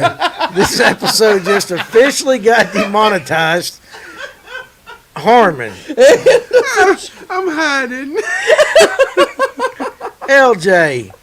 Son, you're supposed to be the mature adult in the room, so too soon. Yeah, well, Are you really trusting LJ to be the adult in the room? Oh my God. I would not trust LJ in anything other than teaching me how to drop shot. That's about it. So, oh my God, where do we go from there? Honestly, where do we go from there? Is there anyone mature in the North Georgia fishing community I can hang out with instead of this? Negative. Hey, listen, wait a second. You won your tournament after hanging out with us. That's all. I did a lot of stuff before winning that tournament. Yeah, but you won that tournament because of us. But I I told you it was hanging out with a don't better think so. class of people, son. don't, not the practice or anything. Just Miss Beasley, I want to apologize for Ryan's behavior on the show tonight. And we look at Ryan. I don't want to see that. You spit dip between the cop's legs the other day. I did. Did you guys know? And this is I don't know. Oh, that is a good story. This is a good story, and I like to tell this because this is funny as all get go. So a few days, it's been a couple weeks, 3 weeks maybe, About right. about 3 weeks. Yeah. I sent Ryan. We had a bunch of lead that we needed cut, so that it actually fit in our pots and stuff up here. So apparently, the Georgia State Patrol, what do you call them? God Special Police. God's Special Police, and we love you, cop guys. All right, so don't get this Back wrong. blue. Ron Swinford, I've We not do, but- laughed this much in a long time. Hey, listen, that's what the world needs. We do back the blue. So we do back to blue. Now we will not come out of jig color. We're back to blue. That's Georgia Blade. That's their. So trust me that. So Foster, if you're listening, we won't take that. That's Kevin. Yeah, I know he's a little sour with us. He's sour. No, he's sour with us right now. So anyway, I just did what I was told to do, Foster. that's it. So he's sour with We us. still love you. We love you, but anyway. So enter a team tourney as Camel Toe and Blue Waffle, and I'll pay the entry fee. You want to BFL. you want to fish with me? I'll be Blue Waffle. Next year's Kings of Lanier. Kings of Lanier. That's right. So That'd next actually be year fun. on the That'd be Kings fun. Lanier, I'm gonna. I missed it this year, and I had a bag that. Will you fit? Will you Oh fit, my will you fish with me on the Kings of God. Lanier? Will you fish? That was a Hold on a second. Listen, bag. will you fish with me on the Kings Lanier next year? With you? Yeah. You got to sign up as that. You got to sign up as Oh. Camel Toe, and I'm gonna sign up as Blue Waffle. That'd be horrible. Oh, That'd come be so on, bad. listen, come on. The world needs laughs. So anyway, so I'll get. That's what you need. They'll both Just be in exactly custom what you hats with said. CT and yeah, BW. so Ryan heads up towards Dahlonega. He's flying up there, and he's got all this lead, and he gets pulled over by God's Special Police, the Georgia State Patrol. And before you know it, Ryan is out in the back of his truck with both hands on the back of his tailgate as this state patrol accuses him. What did he accuse you of, Ryan? Selling and manufacturing illegal ammunition without an ATF license. So Ryan has got apparently Basically, he didn't. It was basically was what it was. Apparently, in the state of Georgia, it is illegal to have more than 10 pounds of open lead inside your No. car, right? Yes. You are not allowed. Speaking of What? jigs, will y'all make any round rubber jigs? No. Neil, why are you getting all serious on us right here? So Ryan, the cop has his hands on his gun because look at Ryan. He's a big dude. This dude was intimidated by me. He was intimidated by Ryan, and he accuses Ryan of manufacturing illegal ammunition with lead. The lead that I gave him that he was going to cut up to make true grit jigs. Okay, and this is a true story. So Ryan, in all his glory, when that guy says that, Ryan, could you please do the tongue the way? Because I cannot recreate this. So I need a camera on Ryan. Please, there, Mr. Ryan. So I'm the cop. Now this is true. Mr. Sheffield. I'm standing here like this with my hands. He's got his hands on the tailgate. back of his truck. True story. Mr. Sheffield, You've assumed the position. you've assumed the position. And I don't know exactly how I said it, but I'm going to do it the way He I was want standing back here like to. this. Right. Hand on My his truck's piece. this way. He Hand on was his standing right piece. here like this. Hand and I on was his like piece. this. Hand on his piece. So, Oh god. Mr. Do Sheffield, I need to zoom out? can you zoom out? I don't know. No, We're in that's here. good. No, that's good. Mr. Sheffield, I believe you have the intent of making illegal ammunition with the lead that is in your vehicle. What do you say about that? Now, what did you do? You gonna move it? Zoom in on Ryan. Hit Ryan right now. You got to get his tongue. You got to get the tongue. All right, there, Mister. Okay. Michael Jordan. All right, listen. I'm ready. I'm ready to shoot your ass. Oh, here we go, Mr. Sheffield. Mr. Sheffield, I believe your intent is to make illegal ammunition. Spits his dip between the cop's legs. I got it on your Spit. on your pants. That's all right. Spits. Now, what did you tell him? I can't say it. Anyway, he did not. I said you're blanking full of blanking right there. right to his face. Right to his face. So, first of all, he's lucky he didn't get in the back of a cop car right then and there. But, luckily, what happened? Luckily, we had he had called for. Apparently, this is a thing when a state patrol feels like it's necessary in the county that he is particularly patrolling that day, or the roads, is they call someone. They assumed that I was a problem, so they called a Lumpkin County sheriff, deputy, to do what they quote unquote called, and I told Dane about this, and he said they do this, but it's basically a character reference on me Right. to see if I was a problem, to see if I was one of the people that is in the area that you know, and the cops. Some of y'all probably know, but the cops, like, you know, they have their set group of people that they all know by name, and he didn't know me from Adam. And so he was like, "Oh, I'm kind of starved about know who this is." So he calls them, and one shows up about 10 minutes later. Right. And he presumes to tell him, "This guy? No. This is the Lumpkin County cop. This is a talking to- cop that was graduated a couple of years before I did in high school, and I knew him." And he was like, "This guy? No." I heard him say it when they were back there. And so I go from getting pulled over doing 4 miles over the speed limit, Right. Yeah. or 6 miles over the speed limit, to not even getting a warning ticket, not even getting a ticket, to the Lumpkin County deputy telling me that, "Listen, just put it in a closed box, put it in the back of your truck, and don't worry about this ever again." But you told the state patrol you were making jigs. Yeah, I told the state patrol. He asked me what I was doing, what was I doing with all that lead, and I said, "Well, I own a fishing tackle company." And I said, "I'm cutting all this lead up to put in my pot." And Careful what you say there. He pretty much looked at me with the eye of What are you putting in there? the lead right. pot, but he basically looked at me like, Liar. "Yeah, right." Right. So I mean, like this dude was like straight up, and I talked to Dane about this, but it straight up, this dude, he was like, he was one of them that it was two. He was about had a hat like this. he was about 5'9", and he was about like he was like this.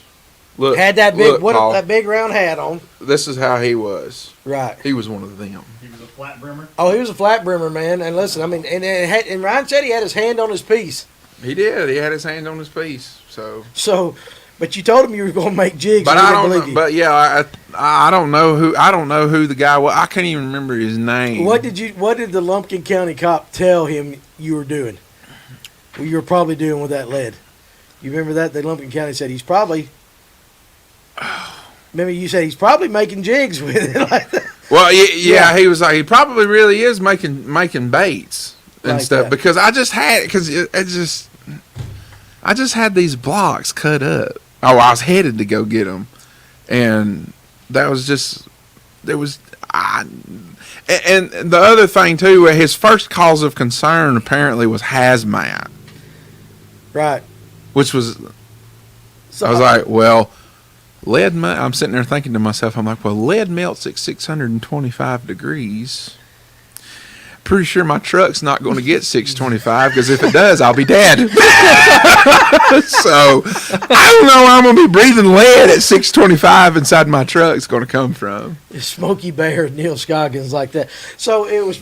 Ryan calls me up and he goes, "I got a hell of a story to tell you." When he was, because it took him forever to go up there and cut the lead and come back. This was about a 30-something. This was about a 35 minute So ordeal. if any of you guys were driving up in the Lumpkin County area on that day and saw a big guy with his hands on the back of his daggum truck, Ryan was getting accused by the State Patrol of Georgia. They didn't really of know illegal- my pass by too much. illegal manufacturing of weapons, ammunition.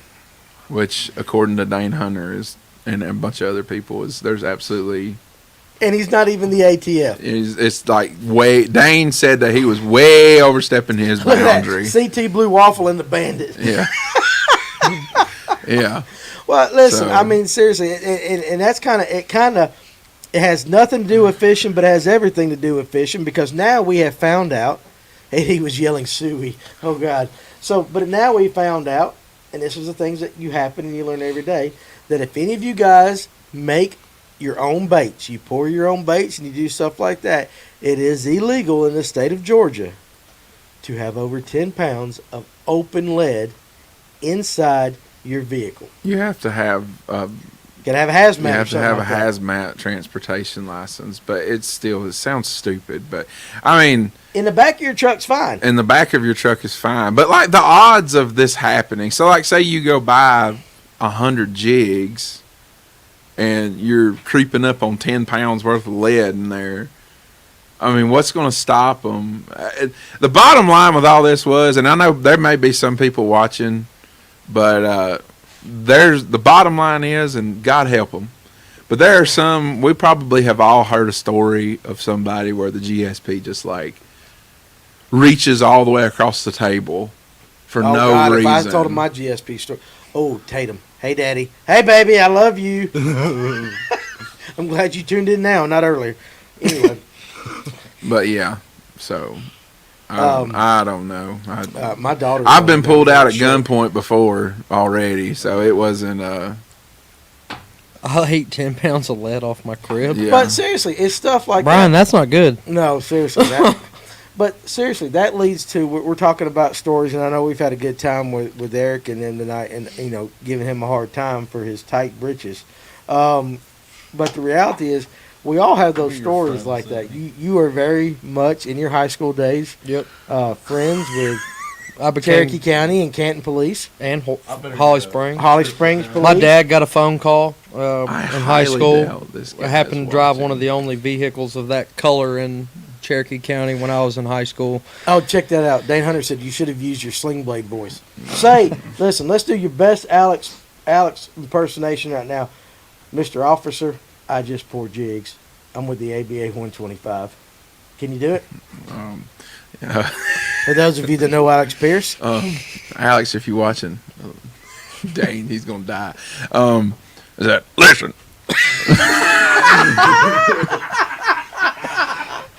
I just pour jigs. All right, I just make jigs.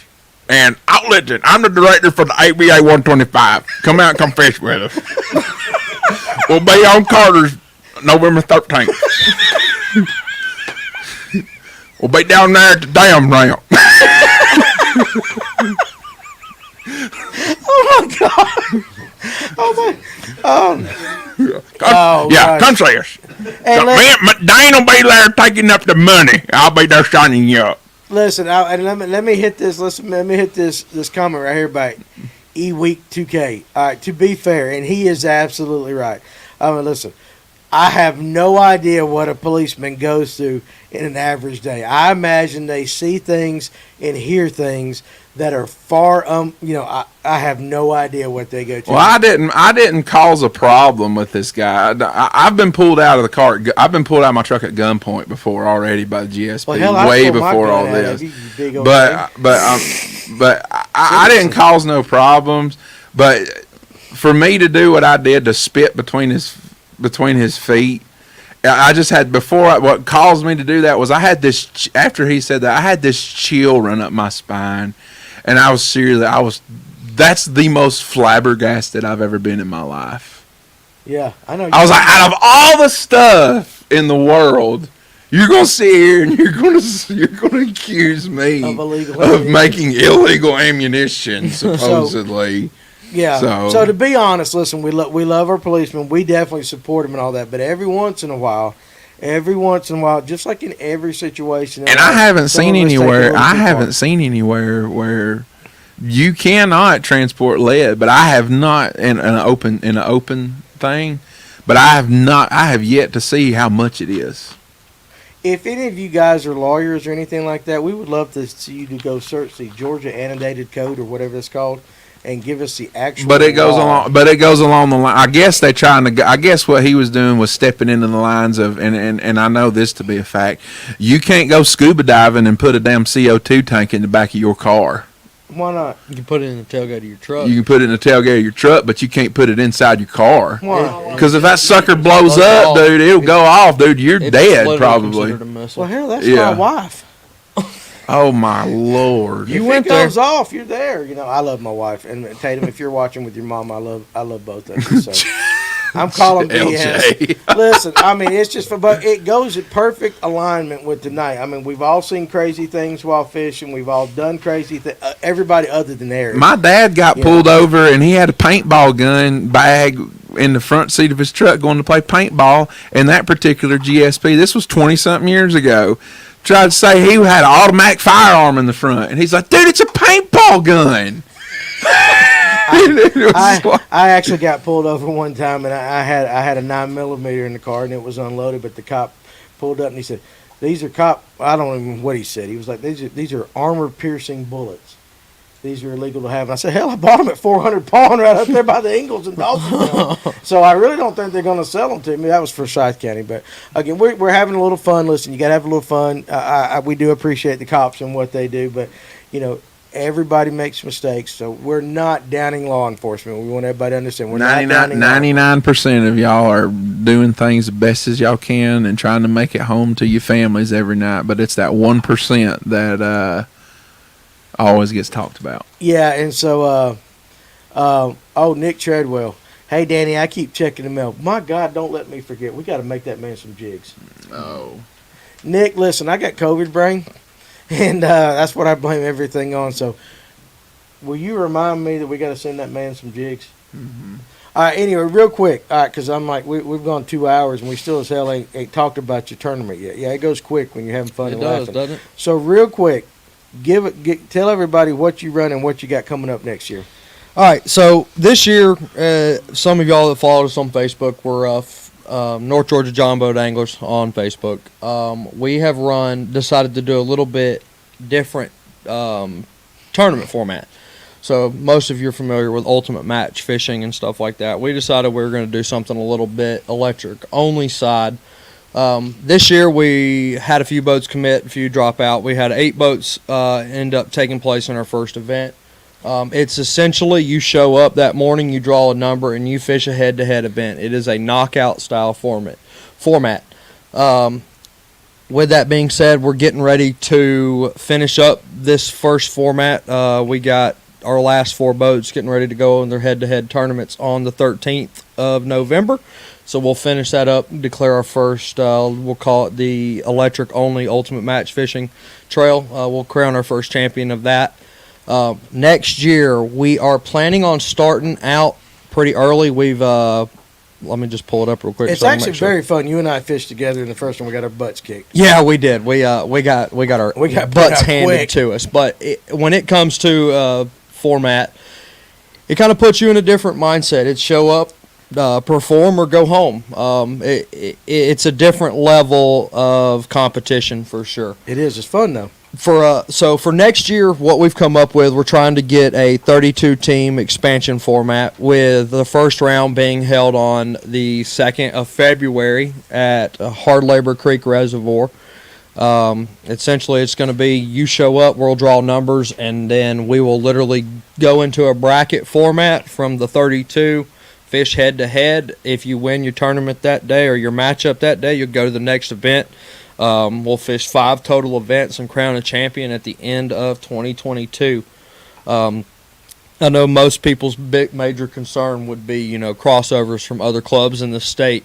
Merritt McClure, if you're still watching, I want to give you a shout out on this. You actually took the time to put all of us tournament directors a SharePoint spreadsheet together so we can see all the, corresponding dates that all the clubs are fishing and so on and so forth. And in that spreadsheet, I was actually able to come across and put together this schedule that allow, I think we figured out about 6 to 7 clubs to allow maximum crossover on all these dates. So we should be able to allow as many boats as possible that are interested in fishing this format. We'll be able to do so. So if y'all are interested in fishing in it, you can also reach out to Danny. I'm sure he can help us out too.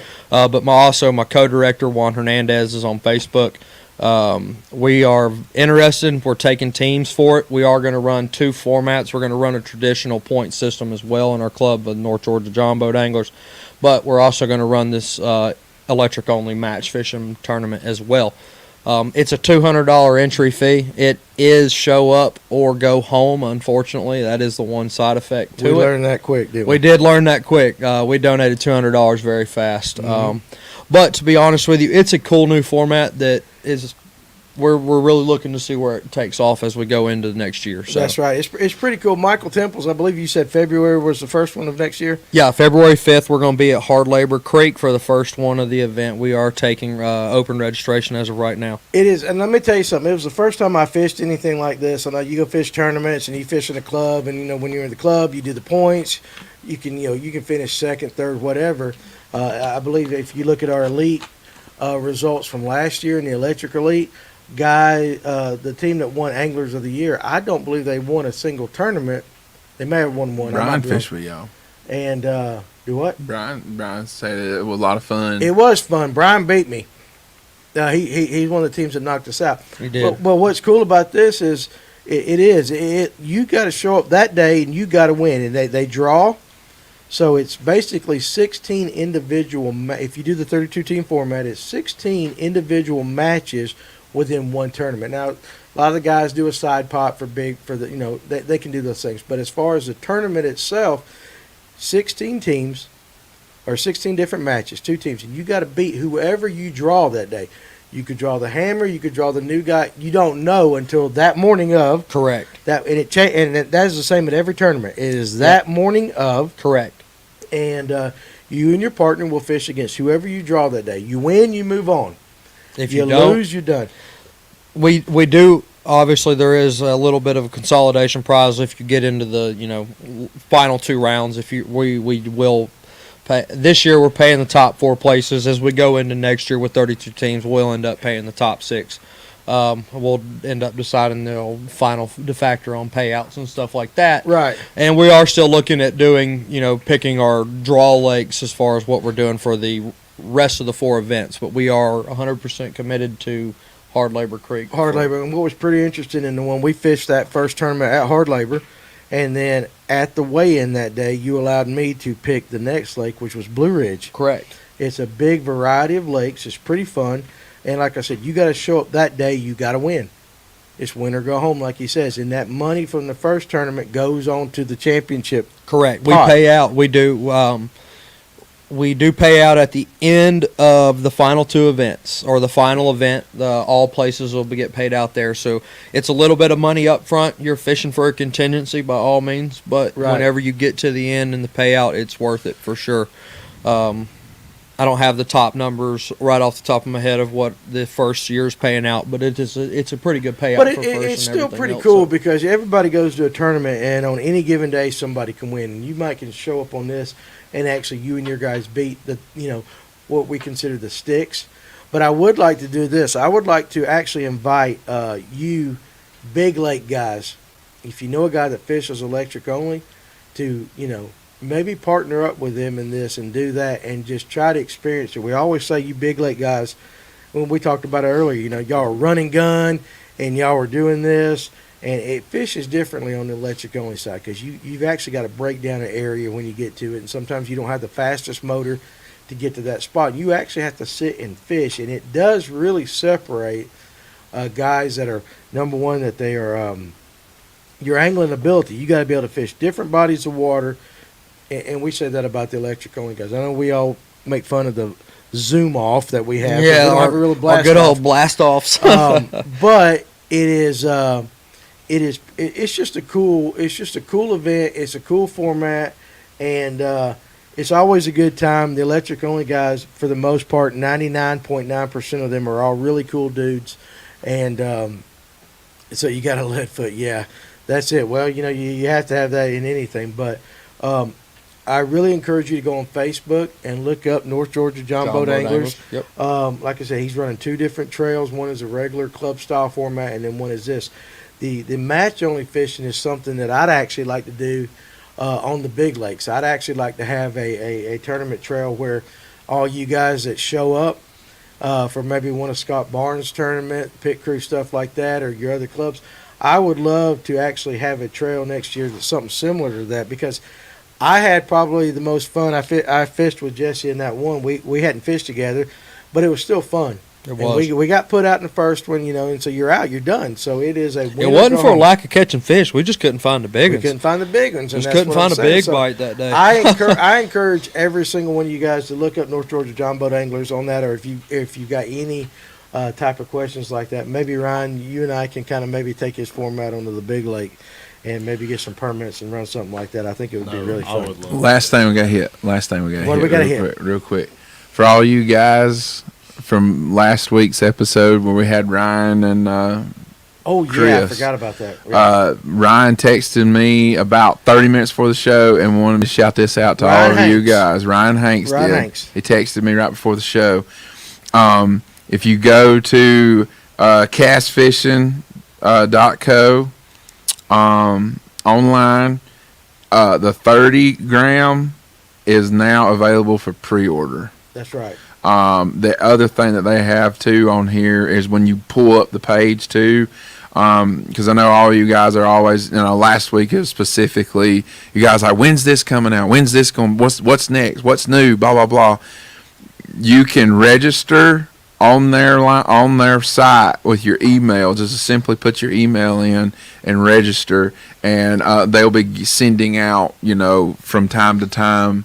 What's the newsletters, I guess, Right. essentially is what it really updates and stuff with the products and stuff and when stuff is going to be happening. So when you pull it up, it's literally right there on the front of the page. Right there, you'll see Ryan pulling up a big old striper right there, and you just click on it.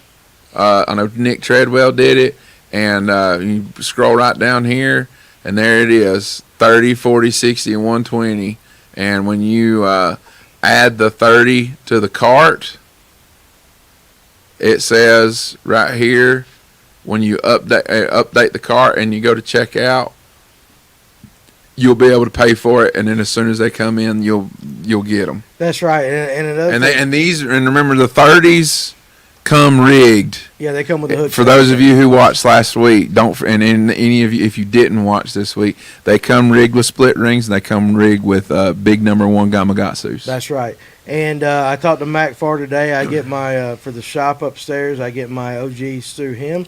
We will have the 40 OGs that are available, and then we will have some of the 30 OGs available, and I will put them on the website as well at Fish North Georgia. And again, another thing too, while we're talking about this, I should have mentioned it earlier. Again, November is Jig Month at TrueGrit.com in Fish North Georgia. If you want to get into the jigs, it's about to. I know jig season is all year for most guys, but for those guys that fish the jigs in the wintertime, go to Fish North Georgia, True Grit Tackle, order whatever. You get 10% off. You got to put Jig Month 10 at checkout. You get the discount like that. And again, it's that time of year. And so, guys, let's recap real quick. I know we had a lot of fun tonight, a lot of laughs. It was all a good time. We'll have a serious episode next week. We'll get back to being serious next week. Again, we really had a good time. Laughs are good for people, and we don't laugh enough in this society as well.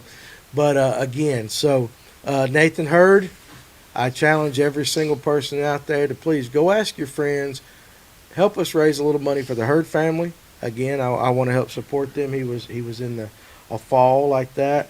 And you can get all the details. If you want to call me directly, 678-283-6700. I get a ton of calls every day. Leave me a message. Hit me on Facebook. I want to for those that watch later on, if you're not a member of the Fish North Georgia and Fish North Georgia group page on Facebook, to join that.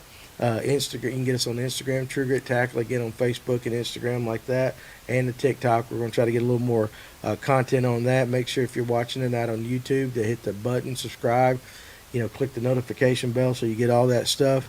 And again, I want to thank Paul for coming out here every Thursday night for basically little or no pay and do what he does because he loves hanging out with us and we love him. And running a hell of a show and keeping us on track, and he keeps us on track again during the day all with our social media updates and stuff like that. Demanding. The man, he is very good with that. Again, I want to thank Ryan. He's demanding. I said one of the best things we ever did was to bring Ryan in here at Fish North Georgia. He's the absolute best jig tire in the world. I don't give a damn what anybody says. Ryan is the man. For Camel Toe over there, Eric, listen, we love you, and we're a bad influence on you. But please tell your mama that we're sorry. We just have to have one of these episodes every once in a while where we just like to cut loose. And again, I challenge you right now, Eric. Challenge. I challenge you. I will pay your entry fee if you will wear a camel toe shirt to one of these events that you got. I need you to man up. Man up. I'm going to get kicked out, Danny. You're not going to get I'm going to get kicked out. If you get kicked out of your It house, has to be a high school tournament. wear a listen, hoodie. any tournament. Wear a hoodie. Yeah, wear that thing once you get on the boat. If you get kicked out Once of you your blast house, off, take it off. listen, if you get kicked out and your mom and dad's mad, and I love you guys, the Beasleys, we appreciate you. We have 2 couches here at Fish North Georgia. Welcome. I'll give you the key, and you can come sleep on the couches at night. We'll make sure you get to school, and we'll make sure that you're fed. and that you do your homework and all Yeah. that stuff. But I'm serious. I'm challenging you right now. All All the Mountain Dew you can drink, maybe you it's cannot. worth it then. You cannot touch. That's the only reason I come here anyway. I don't know You about cannot all touch the- Mountain Dew. yeah, That you costs can't- me money. Just leave the Dr Pepper and the beer alone. That's mine. Okay. So, but anyway, I challenge you right I'm gonna now. put some of these Because tournament for- wins in for- a jar. From forevermore, from forevermore, you're going to be known lovingly Forevermore. as Camel Toe. here. Oh my god. Okay, CT Beasley. CT Beasley. Hashtag CTBs. Gonna be lifting that. CTBs. Don't you like that, Paul? Is that a good hashtag? Yeah, that ain't bad. So, Dane Hunter, after the week I've had, I needed some laughter tonight. Guys, listen, we appreciate that. Jesse, I appreciate you coming Thanks by. for having me out. And I encourage you guys to look up North Georgia John Boat Anglers. And again, listen, Jig Month here at Fish North Georgia. You guys take somebody fishing. Make sure you get in on the herd raffle. We love you guys. We'll be back with another serious episode. But every once in a while, this world needs a little bit of laughter in their lives. And we tried our best tonight to maybe give you some chuckles. You guys tell everybody about the Livewell on Thursday nights. And again, we love you guys. We appreciate you. The shop will be open tomorrow and Saturday. Ryan will be here Saturday. Come by and see us if you're not on the water. If you're on the water, be safe. Have fun. Enjoy it. And you guys heard us talk about memories tonight. Go make some memories. Go make some memories so that in 20 years, if you ever get invited on a podcast or something, you got some good stories to tell and stuff like that. And again, remember, go to Eric Beasley. Follow him on Facebook. You got an Instagram? Do follow on Facebook and Instagram. Eric_Beasley_. And make sure in the comment section tonight you put Don't hashtag comment. You can Camel message Toe. me. Just don't comment. Don't comment. How do we want to spell C- bees? CTBEEZE. Let's go BEEZE. Wow. Yeah, totally. Hashtag. Listen, I'm gonna make a post tomorrow. I hate this. Don't You're forget not Benson making 29 it. fishing. Benson 29 fishing. Benson 29 fishing on Instagram as well. Y'all can message me there if you're interested Georgia John Boat Anglers. in the North Georgia John Boat Anglers as well. We have an Instagram page, North Georgia John Boat Anglers, or Benson We're not doing _29. That's right. or Benson CTB's Fishing, right there, something like baby. that. I don't know. And, I can't and keep up with especially, it. listen, one last thing. Make sure if you're gonna wear shorts and Oh boxers, my god. Oh my god. shorts and boxers, that your nuts are put in place. Let him breathe. Let them breathe. Hang it low, guys. We love you. We'll see you.